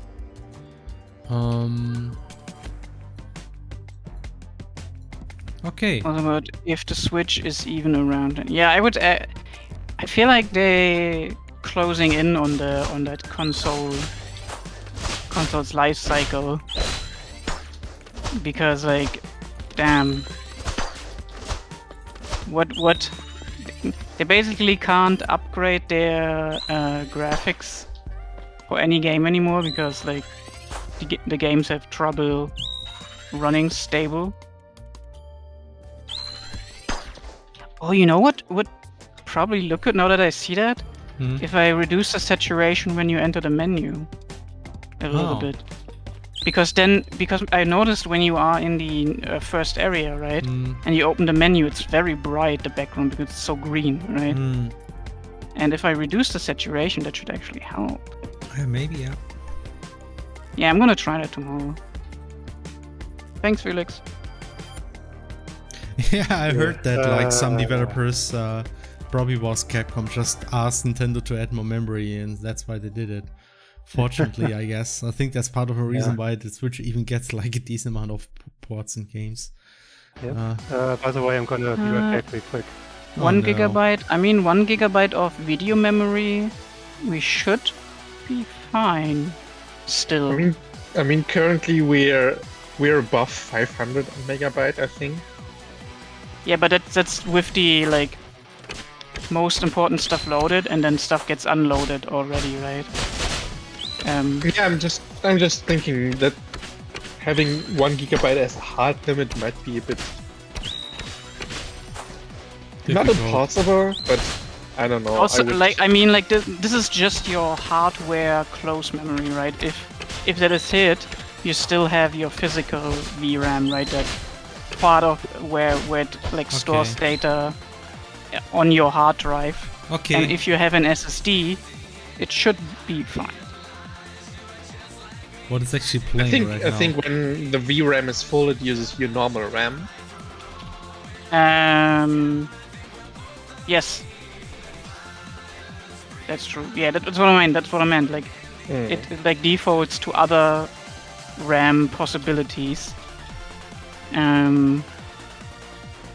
What kind of Eurobeat shit is that? Okay, actually, like something I want to do now is to have a look at the hammer attack and tweak like the sweep.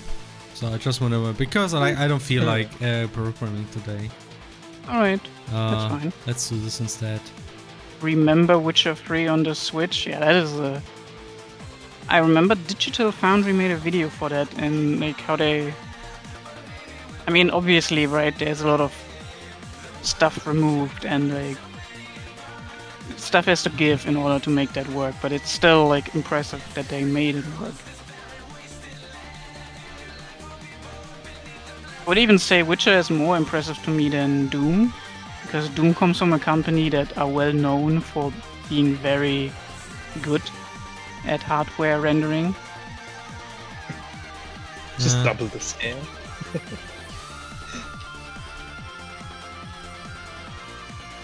God damn it. And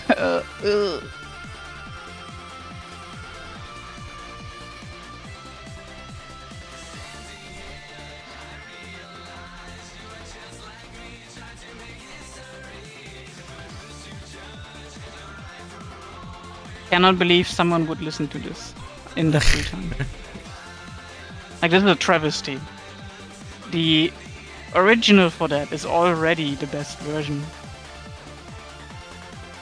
And someone just went ahead and destroy.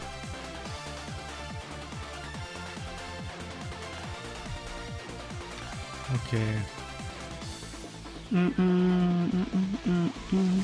But one thing we can do for graphic is definitely we can say disable some graphic stuff that we run, right?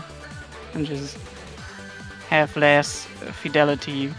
That's true. We could even say our field planes currently, they spawn a specific amount of plants, right? And we could make it so that there are less of them.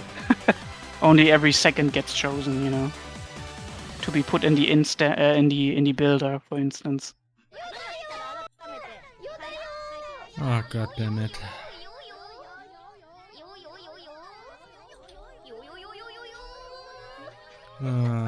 Cancer. Already did. Thank you.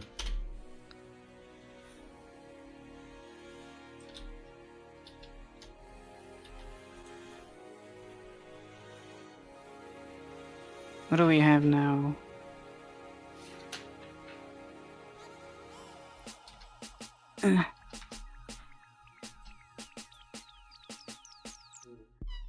Oh no. That stupid song. Oh no. I'm not sure if you saw that on Twitter.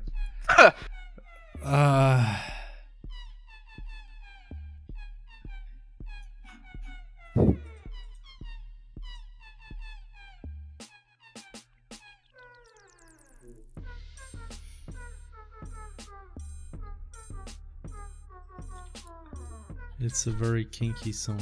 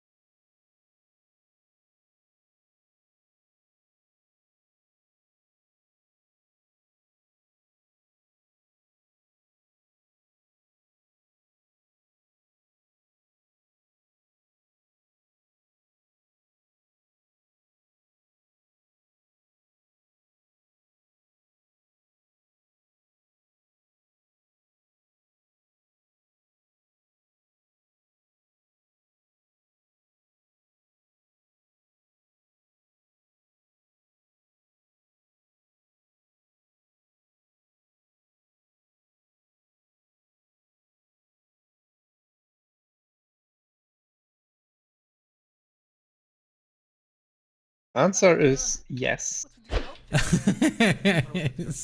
it's all 3D, but we use a lot of sprite magic with billboards to make the characters work.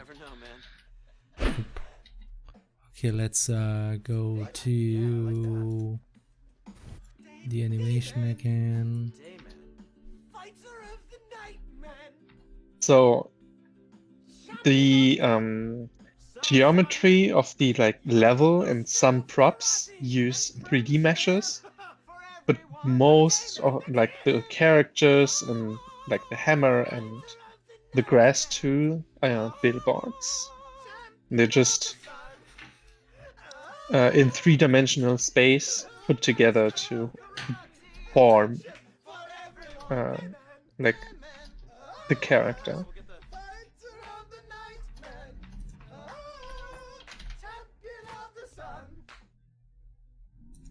Thank you. Prolexium says, well, I must say, you guys did a phenomenal job. Thank you. Hey, man.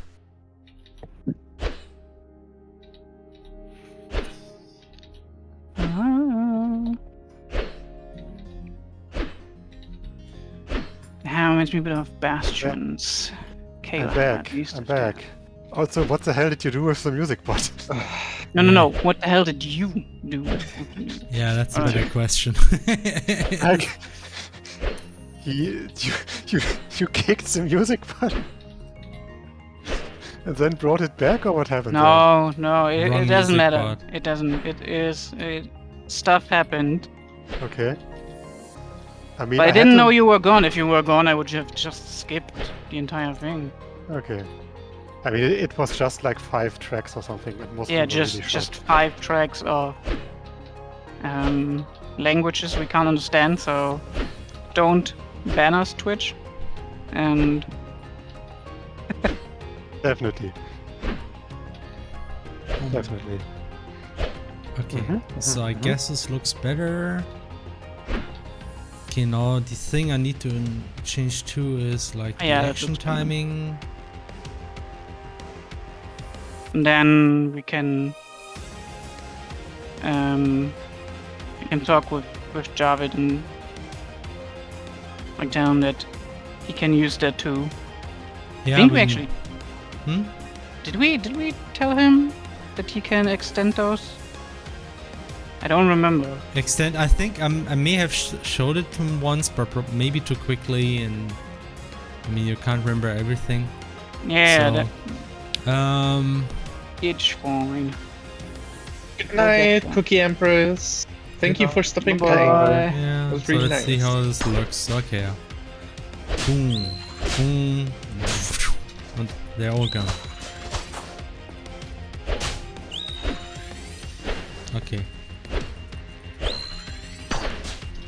That's a proper slow weapon now. Yeah, the last attack still needs some impacts. I mean, we do have the decal effects, so still gotta get around actually implementing some effects.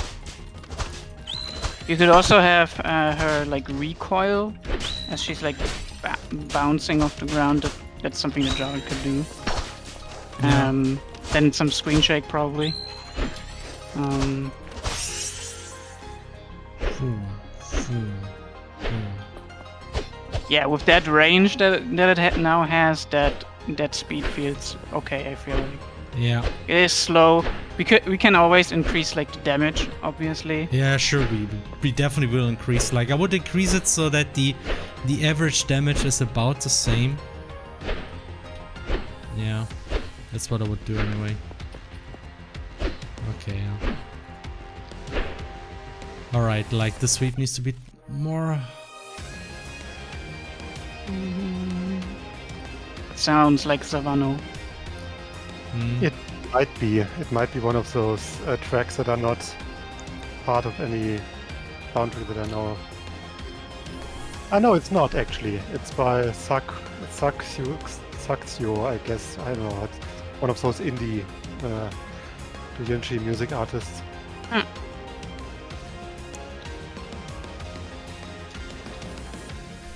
No way, the way you now treat me. Yeah, I recognize that song. Wasn't that the special enemy music track? Yeah, it's uncontrollable. Yeah, uncontrollable. Yeah. Uncontrollable, right. Every time I ask the smallest things, you Yeah. get mad. It's actually one of the best tracks of the soundtrack, but the lyrics, Yeah, the lyrics are like, it's what like the heck? such a Savano thing. Like if you listen to most of the lyrics from the early Attack on Titan seasons, the lyrics make no sense with the context they're used in. It's like, man. And again, like the normal battle track for Xenoblade X had like reference Hello? to had like a reference to heroin as a title. So Is there anyone there? I need a bigger gun. Oh, gun. that This reminds planet me. I sucks. need to play that one again. Oh no! I feel like for the third hammer attack, it would be cool if the hammer reaches the ground slightly before her. I don't know. Yeah, I if know what that's- you mean. You mean that she kind of like... Just that is I don't know obviously if that's, super like, hard to easy done animate. or any- Okay. I Um, wouldn't do that personally because I don't know what would happen then. I mean, you cannot have her be stuck in the air after that, right? No, I just mean it slightly reaches the ground before she touches the ground. What's missing is just her bobbing off. Because if you're falling down, if you like play the animation to the end, Juno just kind of like is there. Hmm. What I would suggest is like let the hammer bobble a little bit up. I mean, there's a. This is on us because we told him that he should like make this fast because it should like match the speed of the other ones, you know. I would say we can keep this like being in kind of like recovery animations longer for the charge attack maybe when it is more powerful.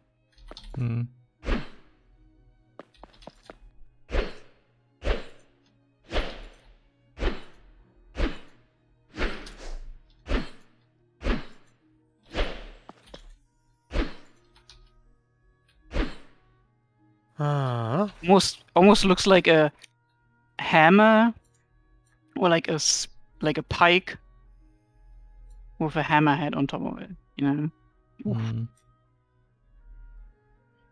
Okay. Yeah, that's the thing. Maybe we just need to make the hammerhead larger and... Sure. Yeah, we can do it. And then use what we have right now for the back poses. And you know how if we have a smaller design, T3 can scale that up. We know him. Sure.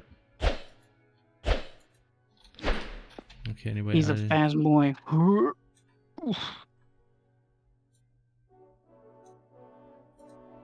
Yes.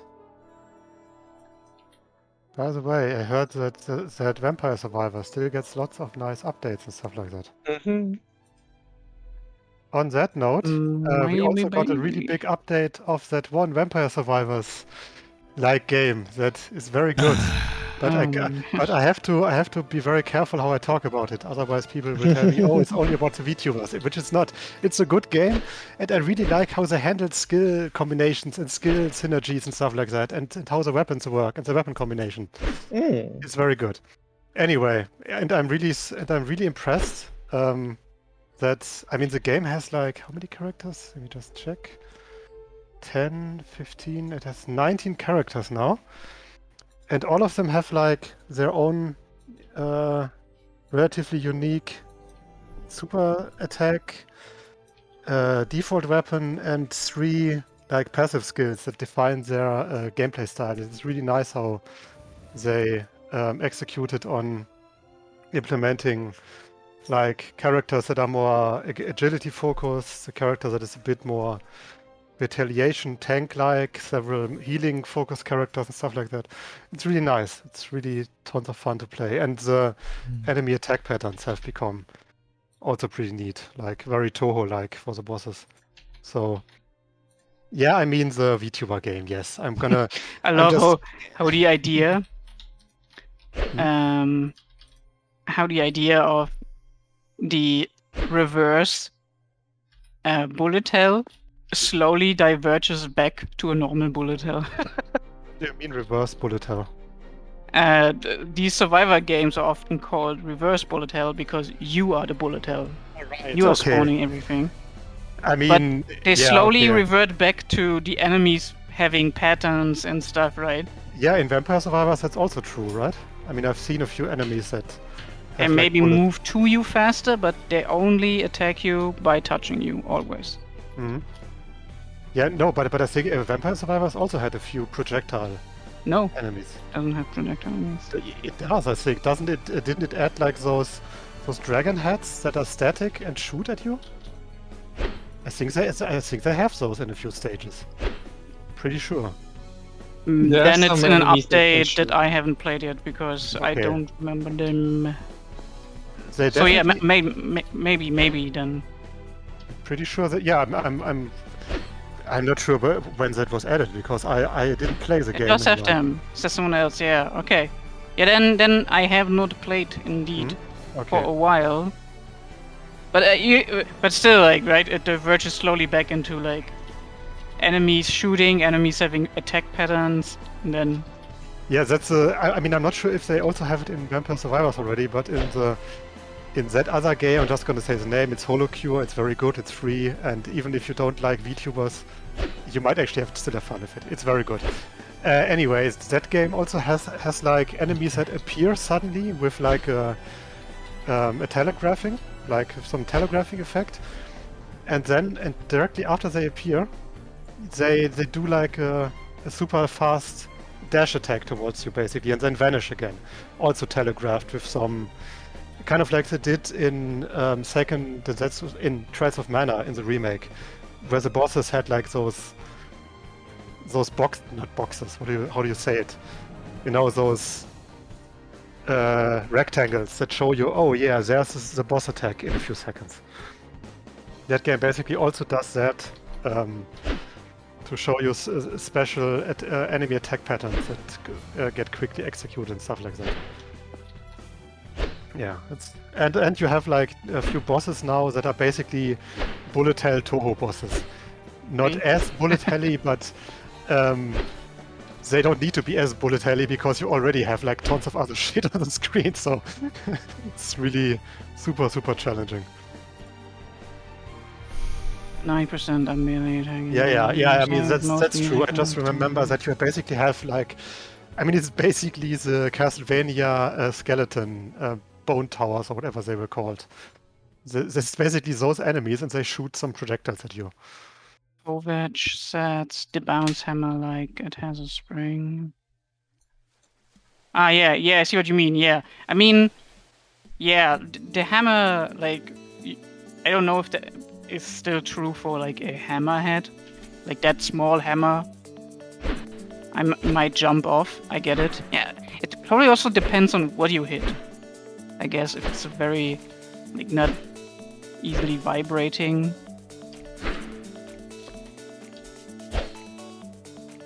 I'm currently just tweaking like the hammer lengths to roughly match the sweep. I'm just cheating like crazy. Yeah, that's what I did today with the lines, Felix. The result Yeah. you see in the menu, I did. That was 6 hours of just tweaking values. Shit, okay. I got mad, and I'm mad that it's not as good as I wanted to be. Some stuff I found out I couldn't do. For instance, what I wanted is one line transforming into the other line in options menu. I did this, and we can do this technically, but it just doesn't look good because the animation is way too fast, and it just looks like noise in the background. Okay, I posted an example video in Discord just to activate sound if you don't want to hear VTubers. Also, Screaming. I have another tip for menus, guys. If something is transitioning into this in a scene, a menu item or something like that, use an easing function, right? An ease in predominantly. Yeah. Don't do it linear. Do an ease in. It will look much better. Yeah. Easing is Rust. in general like animation is. Yeah. Easing is important. Okay, now it feels kind of synchronized. It's a very long hammer though. Okay. I mean, if the hammer is visually not as long as the sweep, that's fine from my perspective. Yeah, I think it looks a little bit weird, especially in the end, because like you have this end of the sweep and if the hammer is too shorter, I think it breaks a little bit the illusion. So I want it to be roughly the sweep. Ooh. How about we could enforce it in the design now that I think about it. Why not simply say the handle has a like blue element in the middle and then it has like a floaty bit that just goes away so you don't have that long stretchy line. Oh. Yeah, let me. That might be a little bit. Yeah, maybe. It's a bit tricky to do. I think it worked. I'll draw for tomorrow, not today, but. Okay. I think I have an idea about this. Must be fun playing with the editor. That is true. Like, the first thing I did for the curves was build an editor, so I could work with it. Because, as you can see with Felix, having an editor, visual editor for this stuff is very nice, especially since you don't even need to update the map anymore, right? Felix just needs to say save, and the file gets automatically updated and the configuration changed in the game. This is a custom editor. Yeah. Every editor you see when we work on the game is done by ourselves. Except obviously when we use Photoshop. Plot twist, that's not true. Photoshop, we did this. I mean, if we do this, we might have to add an additional bone to the weapon thing. Because I don't think with one bone this is easily doable. VFC. Oh, it only has one so far. Okay. Yeah. Bone, it only has one bone, the weapon. We can add a bone though, I mean. Yeah. Shouldn't be a big deal. I mean, that would make it definitely easier. Speaking of bones, did you hear that Sans recently won some sexy man competition? What? It was such a stupid day because you had like memes with Sans playing basketball on Reagan from Mob Psycho and using the Queen of England's head because she died on the same day. It was like a pretty wild day overall. By the way, the Queen died. Oh no. Personally, don't have much to do with those, but I bet for people in England that's more important. Yeah, and for people in Ireland, they celebrated. Okay, yeah, but it happened. It sure happened. I can imagine that there are mixed feelings about. There are very mixed feelings about that, and I don't really want to go that deep into it. But man, that sure is a thing that happened. It doesn't really have much of an influence on real issues, but I mean it happened. It can be a very big blow to moral, for sure. Yeah, of course. For some, I imagine. That is true. It's all HTML5s, yes, it is. It's all HTML. That's actually what I think makes building these editors so nice. You know? We can use HTML. And if I would imagine writing this in, let's say, Java, Spring, or in any UI library, or lo and behold, C++, holy hell. That is just something I do not want to do. Like, HTML really solved elegantly for our use case. the UI stuff. And we can, since our game runs on the same code base, we can just have it run at the same time. Minus some stuff. Like currently, it's not possible to do UI stuff in the editor. Though I recently thought of an idea of how we could do it. Basically, that means, maybe not for this game, but for the next game, we might be able to do UI in editor, then read a JSON file that builds the editor in the game. EA Sports, it's in the game. Do you guys think of engines like Construct 3? It's actually impressive what you can do with Construct 3. And yeah, I would say it's a pretty useful engine to have in general.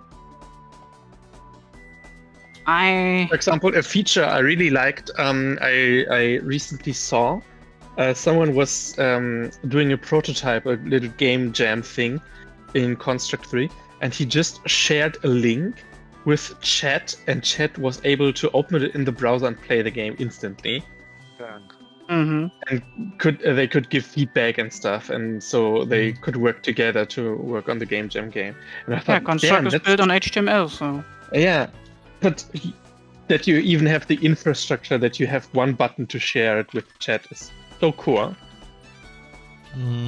We had that at some point too, not one button, but we had Heroku. Yeah, that's not quite the same, but yeah. I remember that. It was slow. It was available. But as long as you have good servers, all you need to do for Java to run, right, is you need some browser, as you said, Flora, and then you just need a server that serves the files.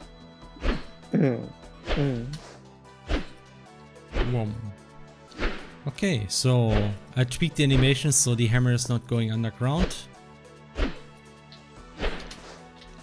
But in general, I think we should kind of like try to target this kind of length. Right. Yeah, that looks good. Like in terms of gameplay, it's just noticeably larger than the sword, and that's, I think, something should. Can you swing the sword too? Just to compare. That. I mean, in my opinion, it can be a little bit smaller too. That would be fine, but not much. Like it should be, there should be a noticeable difference between the two. I would just increase the hammer head a little bit. Yeah, make the hand a little bit thicker, and then we can think of design ideas that when Yuno holds it, it's kind of like a little bit extended. Or we can do stuff with 2 bones. That's also an option. We have to see. Yeah, I wanna draw what I have in my head. Maybe it also will look not as great. There's another question from Awowowokado.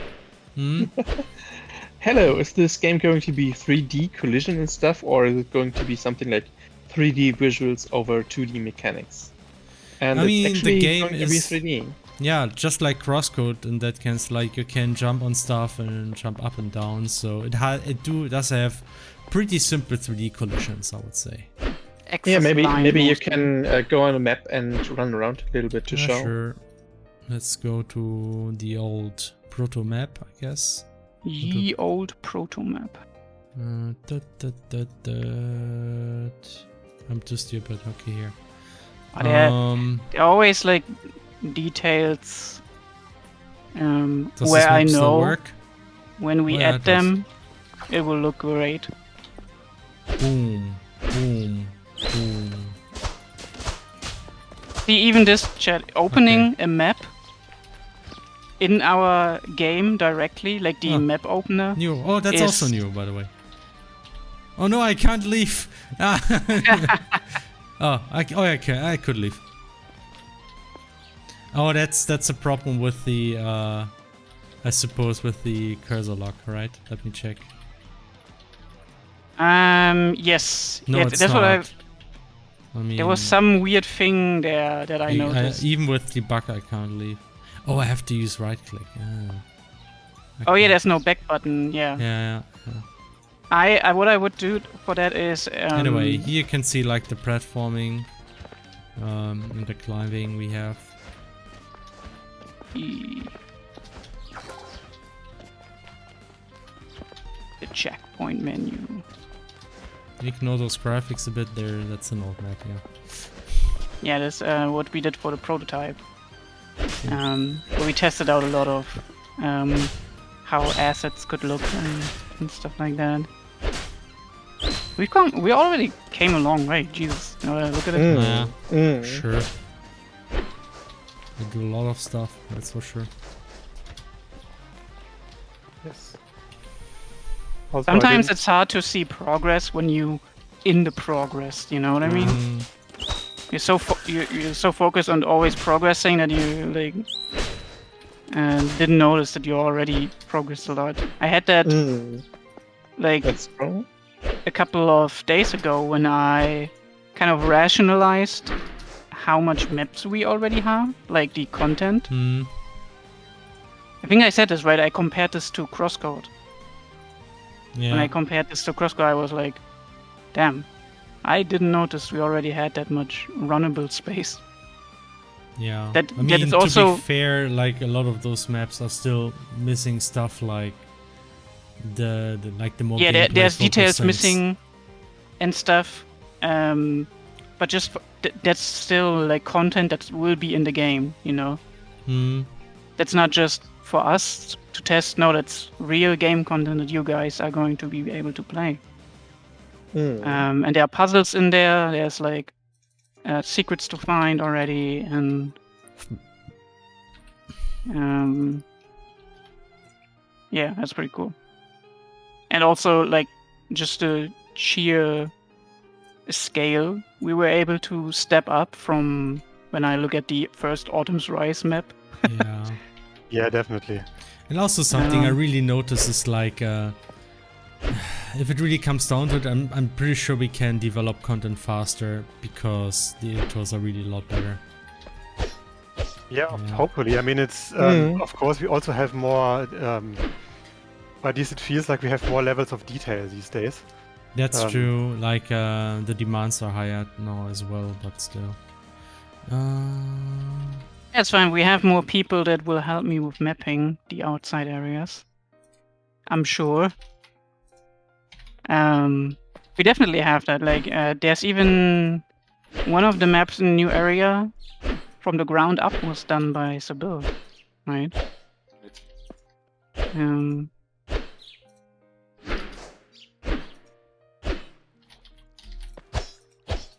I'm sure Hannah will also do a few for side quests. Yeah, I'm definitely looking forward to doing some maps from the ground up, like the. I mean, we don't do the map terrain with like the terrain system anymore, the way we did in Crosscode. But instead, we basically map it directly. But it's much easier to map it directly now compared to Crosscode, obviously, because you don't have to map on like many different layers to get terrains that are three-dimensional anymore. Yeah, and we have like even we have like one more detail layer even, which is pretty nice. Like in Crosscode, you per height you had to have like one graphic layer and then another for details. And then we already said, oh, that's a lot because you need that for every height. But here, it's all 3D, so we only need like 2 detail layers. But Felix was like, no, here's 4, right? And now we have 4, which is pretty nice. I was just to be sure that we have enough space or stuff. I mean, yeah. Yeah, I mean, we already used the first one for like corners, right, from the cliff, so we needed at least a third one, and then the fourth one is just for if we really need it. Yeah, I can see the sweep needing a little bit more of an overhead still, right? What do you mean with overhead? Yeah, what you're currently testing. I see your work. That scale property also needs a better decimal point, huh? What? I'm not sure what you mean. Like when you scrolled through the scale, it had like a lot of decimal points. Oh, yeah, I mean, yeah, that's the editor. I think needs to be tweaked a bit. Yeah, I'm mostly just trying to Find the best values. yeah, because I actually know why this happens here. Oh, actually no, this shouldn't actually happen. Though actually, yeah. We're doing a lot of weird scaling when it comes to Z coordinates in our editors, for the weapons. Okay, let's see how this looks.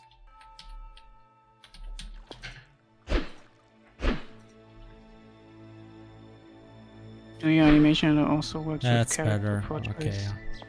Just trying to match it like the sweep again. Yep. We don't use the same animation editor for character portraits, but there is an editor for character portraits. Yeah, we do have that actually. A separate one. That's just main chars have this in a character editor. Man, we should make a better icon. This one is really here. Okay, what do we have for that? Yeah, it's the actually see the animation here. I actually like the green head guy. Okay. I already familiarized myself with green guy. Yeah, that's something Felix built too, like including like eye animations and mouth movement. And yeah, we barely used this one yet, so we actually have to start creating portraits at some point. And then I probably need to fix some more things. Whenever you actually start using it, you notice a lot of shortcomings. That is true. But yeah, but it's important that like it's a good foundation, I think. Yeah. Yeah, it's important that the artists work with it, and then because it's something I know Thomas wants to do. He's really excited for doing portraits. I can already see him going ham with them animations. I like how the big guy is so big that his mantle doesn't fit in the portrait. He's too. I mean, you would actually see it if he's like more in front of. Yeah, that's what I mean. Like in the preview, yeah. like he was like in one of the animations, he wasn't visible. Yeah. He's humongous. Oh yeah, okay. It's very sus. You know him as Mr. Very proper. Actually, a little bit. So. By the way, I would like to say I'm leaving now because it is already way too late for me. Well, have a good sleep. Have a good night. Yeah. I will try my very best. Don't try. Do. Don't try to. Just do it. Just sleep. Any release window yet? Yeah, it's gonna release tomorrow. No! I mean, I have a release window to release like old air from a room and get new air in. I have also a release window to release air. Wow, that's so interesting. Oh boy. Couple more years. Yeah, definitely. Yeah. Yeah. Couple more years for sure. More years. We just started. Well, yeah. Last year. Yeah. Like We had since 1 the year of before. prototyping, pre-production, and then We just started. I mean, we just started with the first area. That's true. Right. first area menu system is there, the animation system, content creation system, right? We also needed to implement a lot of stuff for the artists, as Felix said, because they requested like this would be nice to have and this would be nice to have, and I guess that's okay. yeah, a lot of assets are being created, like Thomas and Martina have been absolutely amazing at creating really, really nice assets. Like those new bridges. Hot damn. The first boss. Hot damn. Chat. It will look so good. Hot damn. Okay, what is here even? That is also a work that everyone was involved in, obviously, like concept artists, Sybil, Fabrice. Yeah. We thankfully have someone in our concept artist team who's very good at creatures and bringing in weird shapes. Anyway, bye-bye. Bye. Bye. I think we really need to have an exclamation mark engine command. As we're answering this question a lot, what engine we are using. Oh yeah. It's not there. We need to add it at some point. Didn't we have something in the past like that? I'm not sure. I mean, something JavaScript or something? I don't know. I mean, as I said, I would still like to go over our Twitch and add some things like that. But yeah, it's our own engine. It's made in TypeScript and HTML5. Yep.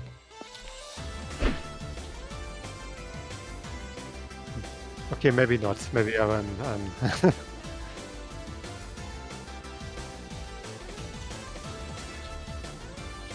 Yeah, for example, not slash, but exclamation mark music. What music is currently playing? that would be very helpful considering it's not shown in the layout anymore.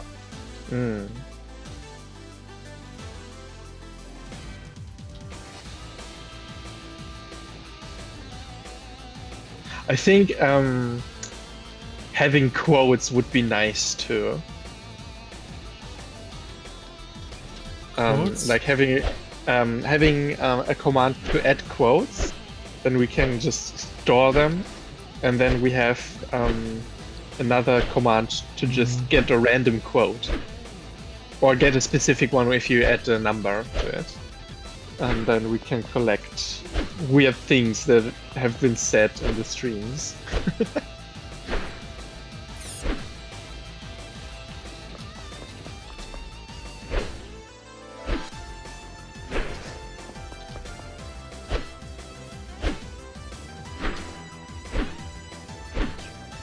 I'm polishing, It's don't mind going me. hard again. Oh, I actually forgot we wanted to watch the Ace Attorney movie. Oh, First of all, that, and Well- we can also talk about that other movie that we watched. Yeah, we watched Everything Everywhere all at once. It was quite a lot that we that's watched. right. Like, it's a wonder that we finished it everywhere. It was a great movie, and we all liked it equally. Sure. Sure, I won't say anything. No, you can have your opinion.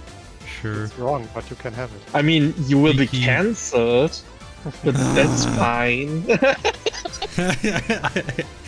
We'll see who will cancel. Who cancels who? What was it again? Come at me, Yeah, woke- up yours, woke Up yours, moralists. woke moralists. Let us see who Who cancels who. cancels who? I love the edit of that clip with like the Command and Conquer clip because someone mentioned this kind of feels like some over the top enemy general in Command and Conquer taunting you mid mission, and then someone edited it like that, and it was really funny. But yeah, actually, I watched it the second time. The other watched it for the first time. And I love this movie. I think it's great. It's doing a lot of weird things. Not a lot or any movie has done before. And it's about a lot of topics. Like you can think about that movie in a lot of ways, I think. It tackles a lot of topics like I don't know, generational issues, LGBTQ acceptance, self-acceptance, accepting being weird, accepting your flaws, all kinds of things. But yeah, Felix, what do you think? Yeah, I just mostly thought it was. I think it really mostly comes down to me not exactly liking the humor. And you know, I can actually tell you like a similar story. I went to a circus with actually our interns, like the interns we had, which were from Poland. The two, you remember, like Mater. At some point close to the end of the internship, like we kind of like visited a circus or some kind of event we did with them. And I haven't been in a circus for a long time. I had no real expectations, and so I went there, and there were a lot of nice performers. I mean, they were good. It's kind of like hard to be impressed by this when you have like all those incredible things on YouTube and all that, I don't know what. But it was still entertaining enough. But then there was like this clown. And this clown had this kind of humor, and holy shit, it was very like sexual humor, but like very dumb sexual humor. Like he got people from the audience to the stage, and like one point of a joke was like there was like this chair and there was a dildo on it, and everybody was laughing like crazy. And I was like, okay, I get it, like there's a dildo on that chair, and like he wants this man to sit on this chair because like then he would sit on this dildo, and that's like, I guess that's gay, so that's very funny. And comedy. And this was like, I was like, god damn it, this is so freaking not funny. Like, I don't know why that is. Like, it was like really like, the point is, oh, it's a sexual object, so that must be funny. And I was feeling a little bit similar like this when I watched that movie, because like, what was this whole thing with the sausage fingers? Like, sausage fingers, yeah. I got the idea. Like, okay, they look like a penis. All right, it's like, it's weird, it's ugly, it's like, but I thought this is actually not funny. Like, I don't enjoy this. I think that joke was a bit overdone. I agree. That was a bit overdone because they also. I think so too. Like having that one time as to show like, oh, there's an alternative universe where people have pop-on fingers. Okay. But I wish they showed like more alternative universe, I guess. Yeah, I think it's like, it wasn't my cup of tea in terms of humor. Exactly. Like, it wasn't entirely bad, I have to admit. Like, some things were funnier, some things were not as funny. Was a little bit hit and miss for me. I think another thing is, as I said, like this whole multiverse thing, I guess it's interesting. I'm not really a big fan of this whole multiverse setting of a thing. Like, I also like this whole, so many universes happening all at once. Like, especially this whole idea that you have like a new universe at like whenever any kind of decision happens. Like to me, this just happens at a scale which is so ridiculous that I think it's, I don't know. Just a second, Chrono Dev Room says bye. Gotta go for the night. Thanks for the stream. This has been a lovely time. Hopefully I'll be able to catch another one in the future. Have a good one, everyone. Thank you so much for coming by. It was a pleasure having you. Bye bye. Bye. Yeah, like for instance, I did enjoy like Into the Spider-Verse. That was a great movie. It was also about multiverses, but I think it wasn't so much in the focus. It was like, oh, there's different universities, there's different Spider-Mans, and but this movie kind of like Everything Everywhere All at Once, it kind of like focused more on this topic, and it's like just from a scientific perspective. I mean, it's science fiction, obviously, but I know I'm not a big fan. Like, whenever people act like, oh, quantum theory, obviously the only answer must be like whenever there's like a quantum thing resolved, another universe starts. Like, this is not science, it's just what people believe, honestly. There's no science behind that. And like, that's why I'm kind of like, it's not my favorite thing, like thinking too much about multiple universes. Can get a bit overwhelming, I think. It can have sometimes a problem in like the MCU, for example, that you can at some point feel like, okay, since there's in infinite amounts of universes, then what makes this one special, kind of thing. I mean, I know that's kind of the point in a way, that you're like, yeah, but everything is still special, even if there's infinite. But it can still be a bit annoying in a way, because then you're like, then like in a meta sense, the media that you consume still has to somehow make sure that the main universe is the most special one in a way, because that's the one that solves all the problems usually. That's kind of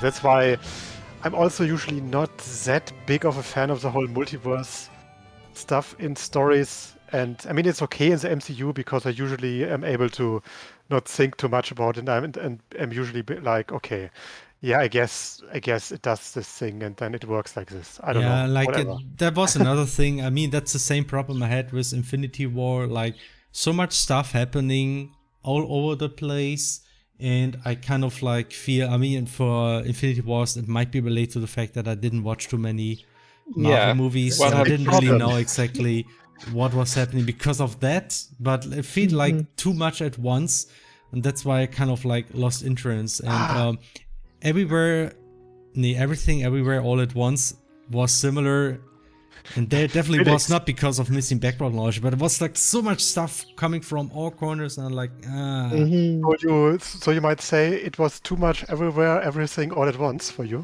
Too much, yes, too much everything everywhere all at once. Yeah, that's pretty much it. I mean, I actually watched another movie. Kind of get it, but I mean, yeah. Yeah, no, like it's like, I know, it's just my opinion. But I wouldn't say it's a bad movie though. I'm just saying it's probably not exactly my movie. There's only one radical fish to us. Yeah. That's 100% acceptable. Like, I can totally understand that. I just want to say I liked it a lot because it was fun. Like, again, there were some humor things that I was like, yeah, okay, it was not really all that necessary, and maybe this was a bit too long. Like, I think the sausage finger thing was funny at first, but it was not that funny that I was like, yeah, okay, this totally deserved to be like one of the most consistent running gags of the movie. And I was like, yeah, okay, you didn't need to do this like 7 times. And like a bit of the part of the gross out humor was a bit like, okay, could have done without this, but I mean, overall it was still very funny and very enjoyable. And very smart, I think, in many ways. It was just that Felix was not high IQ enough for this. Yeah, my IQ was not enough for this movie. With the multiverse theory, not Marvel, every choice made or will be made in this universe and other universe, there is another universe in which the other choice happens. Actually, yes, infinite universes, which means that in half all universes you're already dead. Probably more. I mean, that's how it works. If you like put the you're theory already into practice, dead. Half of them you were killed. Half of them you were tortured. God damn it! Most of them you were not even born. Yeah, I think so. Some of those universes half you might even are be evil. Half you're the purity of good. All of bosses scales in between. I mean, like, if you put it that way, yes, it's true. But it also kind of makes you being in the universe is kind of redundant in a way, because then it's so much not you, then the question might be, yeah, but then what's the point? Yeah, very much. Like, oh yeah, in some universe, Felix, you are Hitler.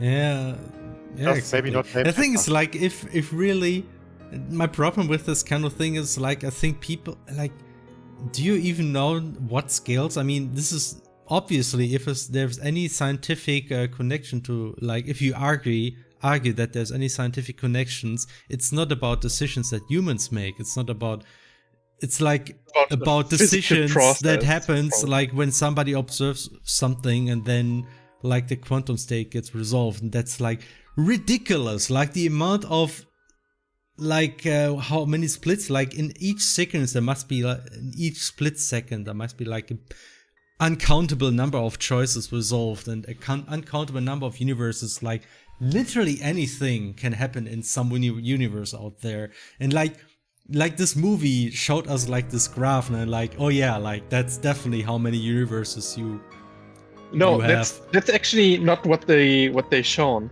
They said they calculated like nearby universes that have slight differences. So they basically calculate how much it diverges from your universe, and at certain points they say, okay, that's a universe we can go to. Okay, so like kind of like they just have a way to browse like the infinite amount of uncountable universes, and I I guess might just be similar statistically, I guess, yeah. Yeah, it's like a... But yeah, it's just like in a water drop, you have several millions or billions of atoms that are behaving in some way, and in another universe they would slightly behave differently, and that would make a whole universe, right? And that can happen everywhere, anywhere, all at once. Sure. There we got the title again. But yeah, I actually like how it is resolved, like, or explained, why the main character is the main character.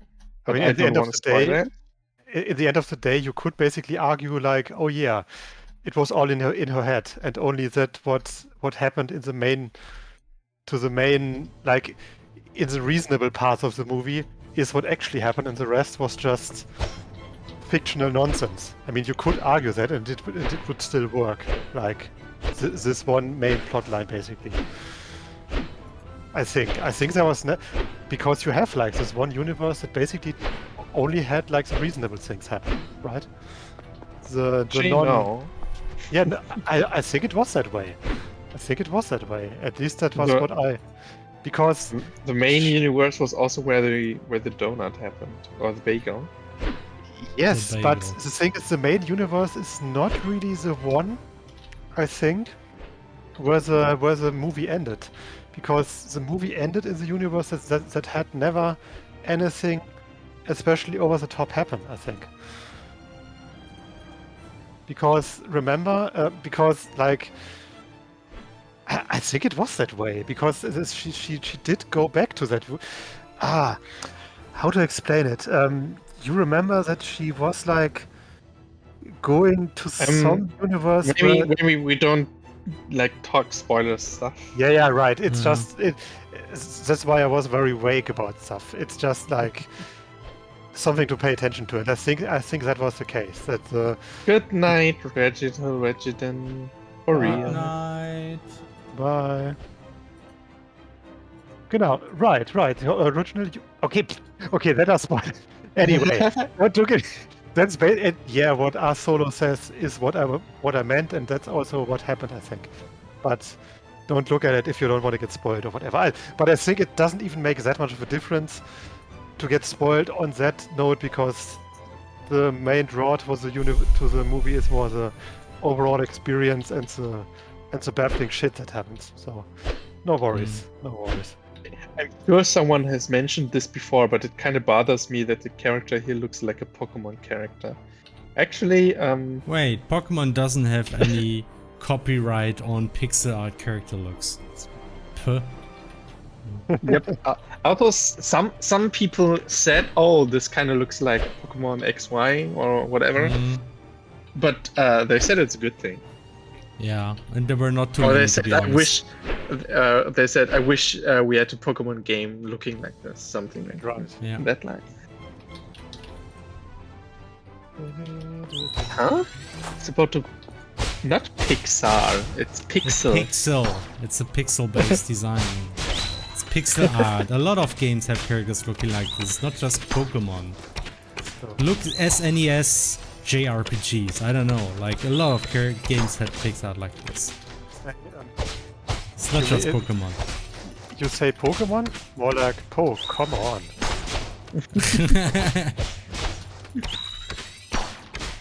Oh. It looks sounds like a cave here. By the way, I also want to mention, I also did things this week. I made projectile stuff. Nice. Yeah, that's true. Actually, let me show you like the create projectile test that Hannah did. Oh yes.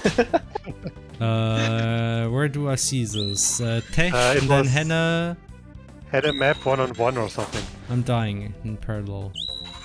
Dying in parallel, that's good. What was it, Hannah? Hannah, no, not Tech. Oh, was it Tech? No, it was Test. Hannah? Test Hannah? No, And it's then a different folder. I one think. turret. It's a different folder. Yeah, think, I got it, Hannah.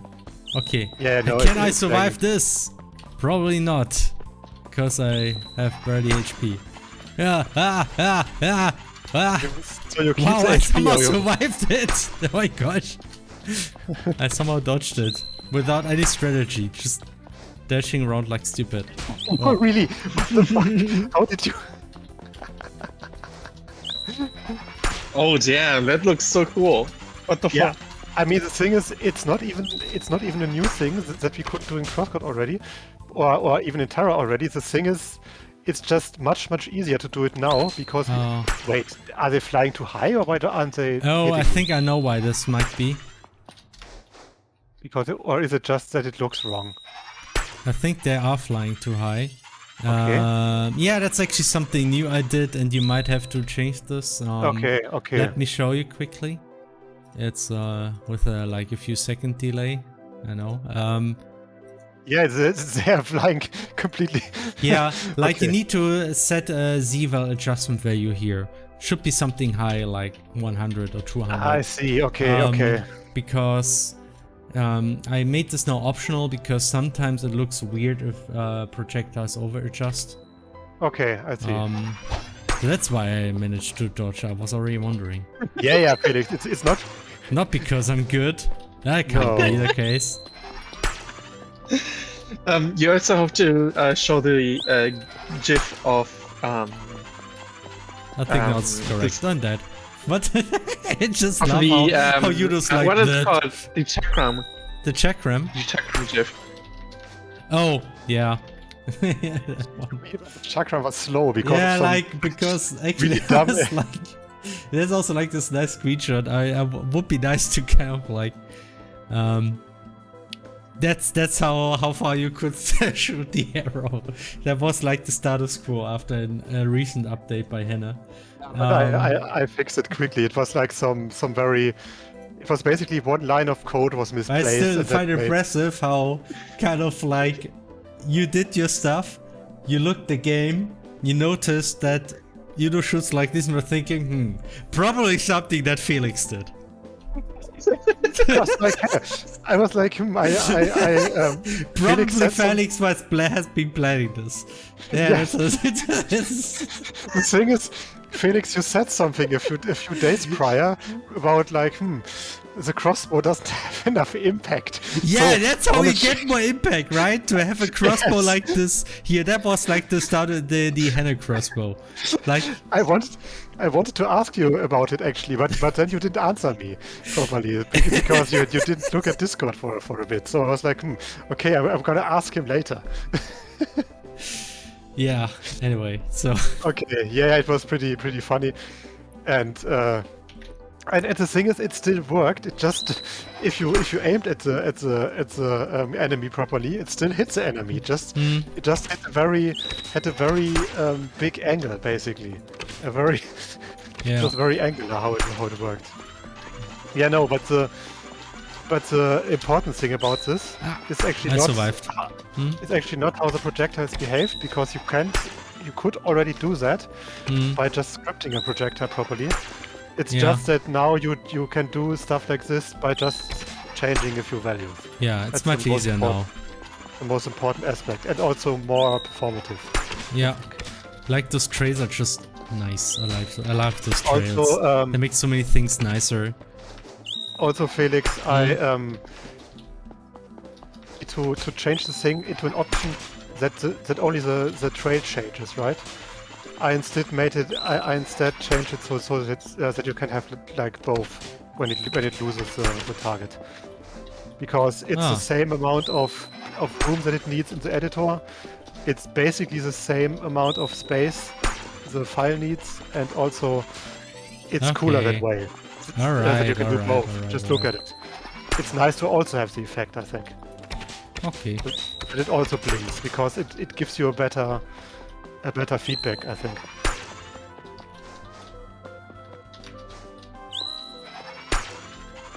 Yeah, but it works, and I think it's pretty nice that you can like do a lot of things with it now. Yeah. With boss patterns and stuff like that.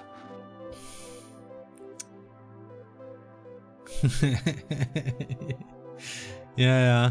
Yuno's new dying animation still needs some tweaking. It's so funny. It's especially funny seeing the hit animation when she gets hit a lot by those punchy projectiles. Yeah. Nice. Also, by the way, spoilers. This will be the first boss of the game. No, so it the will tag not. patterns are No, the it will first. not. Okay. So we have 11 o'clock now. I think it's about time we wrap up the stream. I mean, overall, I did do the dodge attack, right? So that worked. Nice. Okay, yeah, we already done. dash. So stream drawing, Felix. No screen drawing. Yeah, I know. I remember. I think Kovac asked at the very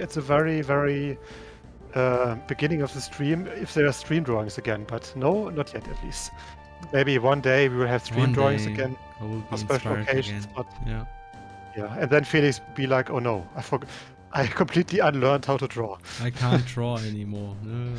I mean, it's not like I needed to draw to do these kind of stream drawings. It's not like they were about Felix quality. Felix is so daring now towards the stream drawings. Not like I. Okay, play. By the way, it's really annoying to play stuff now, because you always need to do this stupid command. Wait a second. Why is this not doing it properly? Felix, it's dumb. What is dumb? You are dumb. The new audio soundboard API. Did he do it? How do you go to the Quackver? You mean, maybe history? Quackver. The Quackver. Quack. I think it has history. Here. See? It's so annoying. You always have to do play, then you have to do the link or query for some reason, and I was then... actually hoping you wouldn't figure out how to do this. Yeah, I had to check for a long time how to do it actually. Okay, but I need to add this. This is very I important. prefer you play the next command as well. Yeah. What can you do? Also, Quackver, I have to say, some VTubers I'm watching were also confused about how to actually say this word, and she didn't say Quackver, she said it in Quayui or something? Quetzalcoatl. You mean like this one summon from... Q, right? It's Q, yeah. It's Okay. That also reminds me when playing Final Fantasy back in the day, and you had like this one summon, which was Quetzalcoatl or something. This one Latin American god thing, I think. I think it was Aztec, right? Quetzalcoatl or Quetzalcoatl, something. It was also always very fun to I, pronounce back then. I'm not even sure what this I'm- discussion is now about anymore. It's okay, it's late. It's late. Yeah, it's late. And also, I already sent it to Felix, but I was betrayed.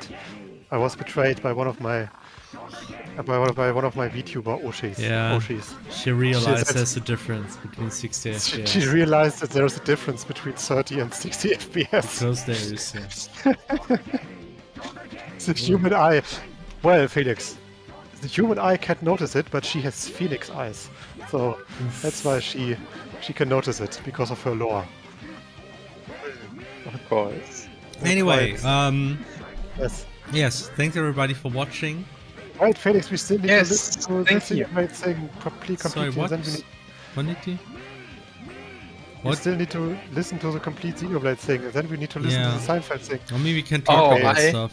I have one question, Luxon. What did you drink at the beginning of the stream? It looked very delicious. There was like some green matcha latte kind of thing. And Parisa made Oh, that one. again. I think it had nice. honey too, something like that. I need to visit you so I can get one too. That's true. Yeah, you can get that here. Okay, Um, it's actually pronounced Quetzalcoatl. Quetzalcoatl. I'm just Like- gonna adjust. Quesa, you mean like quesos in Spanish, which actually is not quesos but quesos. I thought it's pesos. I mean, it's not. It's Oh no, not- that's Jesus. Oh, right. Jesus. the more you know. Mhm. Okay. Yeah. No, fuck. I did it wrong again. What did Ah. you do wrong? Priority. Okay, now it's can right. actually- Now it's, Hannah, we have modern technology. Soundboard. what did you do? Oh right, Soundboard. We have the again. soundboard. Oh, okay. Bye guys. And Bye, girls, guys. And everyone in between and everywhere else at once. Yes. Bye, everyone. Thank you for Bye. stopping by. Thank you for Yeah. tuning in. Thank you for Bye. asking so many questions and being so awesome. Right. Being so awesome and supporting us, and maybe visiting us at Gamescom if you did, and also maybe giving us money through games and. Okay. It's nice that I Yeah. don't have to do the final words this time, that you do this for me, so thanks. But yeah, stream is over, hope to see you again next time. All the news on our blog and Twitter, whatever, so until then, Yeah. bye Join our bye! Discord Like for button. more streams. Smash that Sometimes. like button and subscribe. Däumchen werden Träumchen. Okay, I'm stopping now.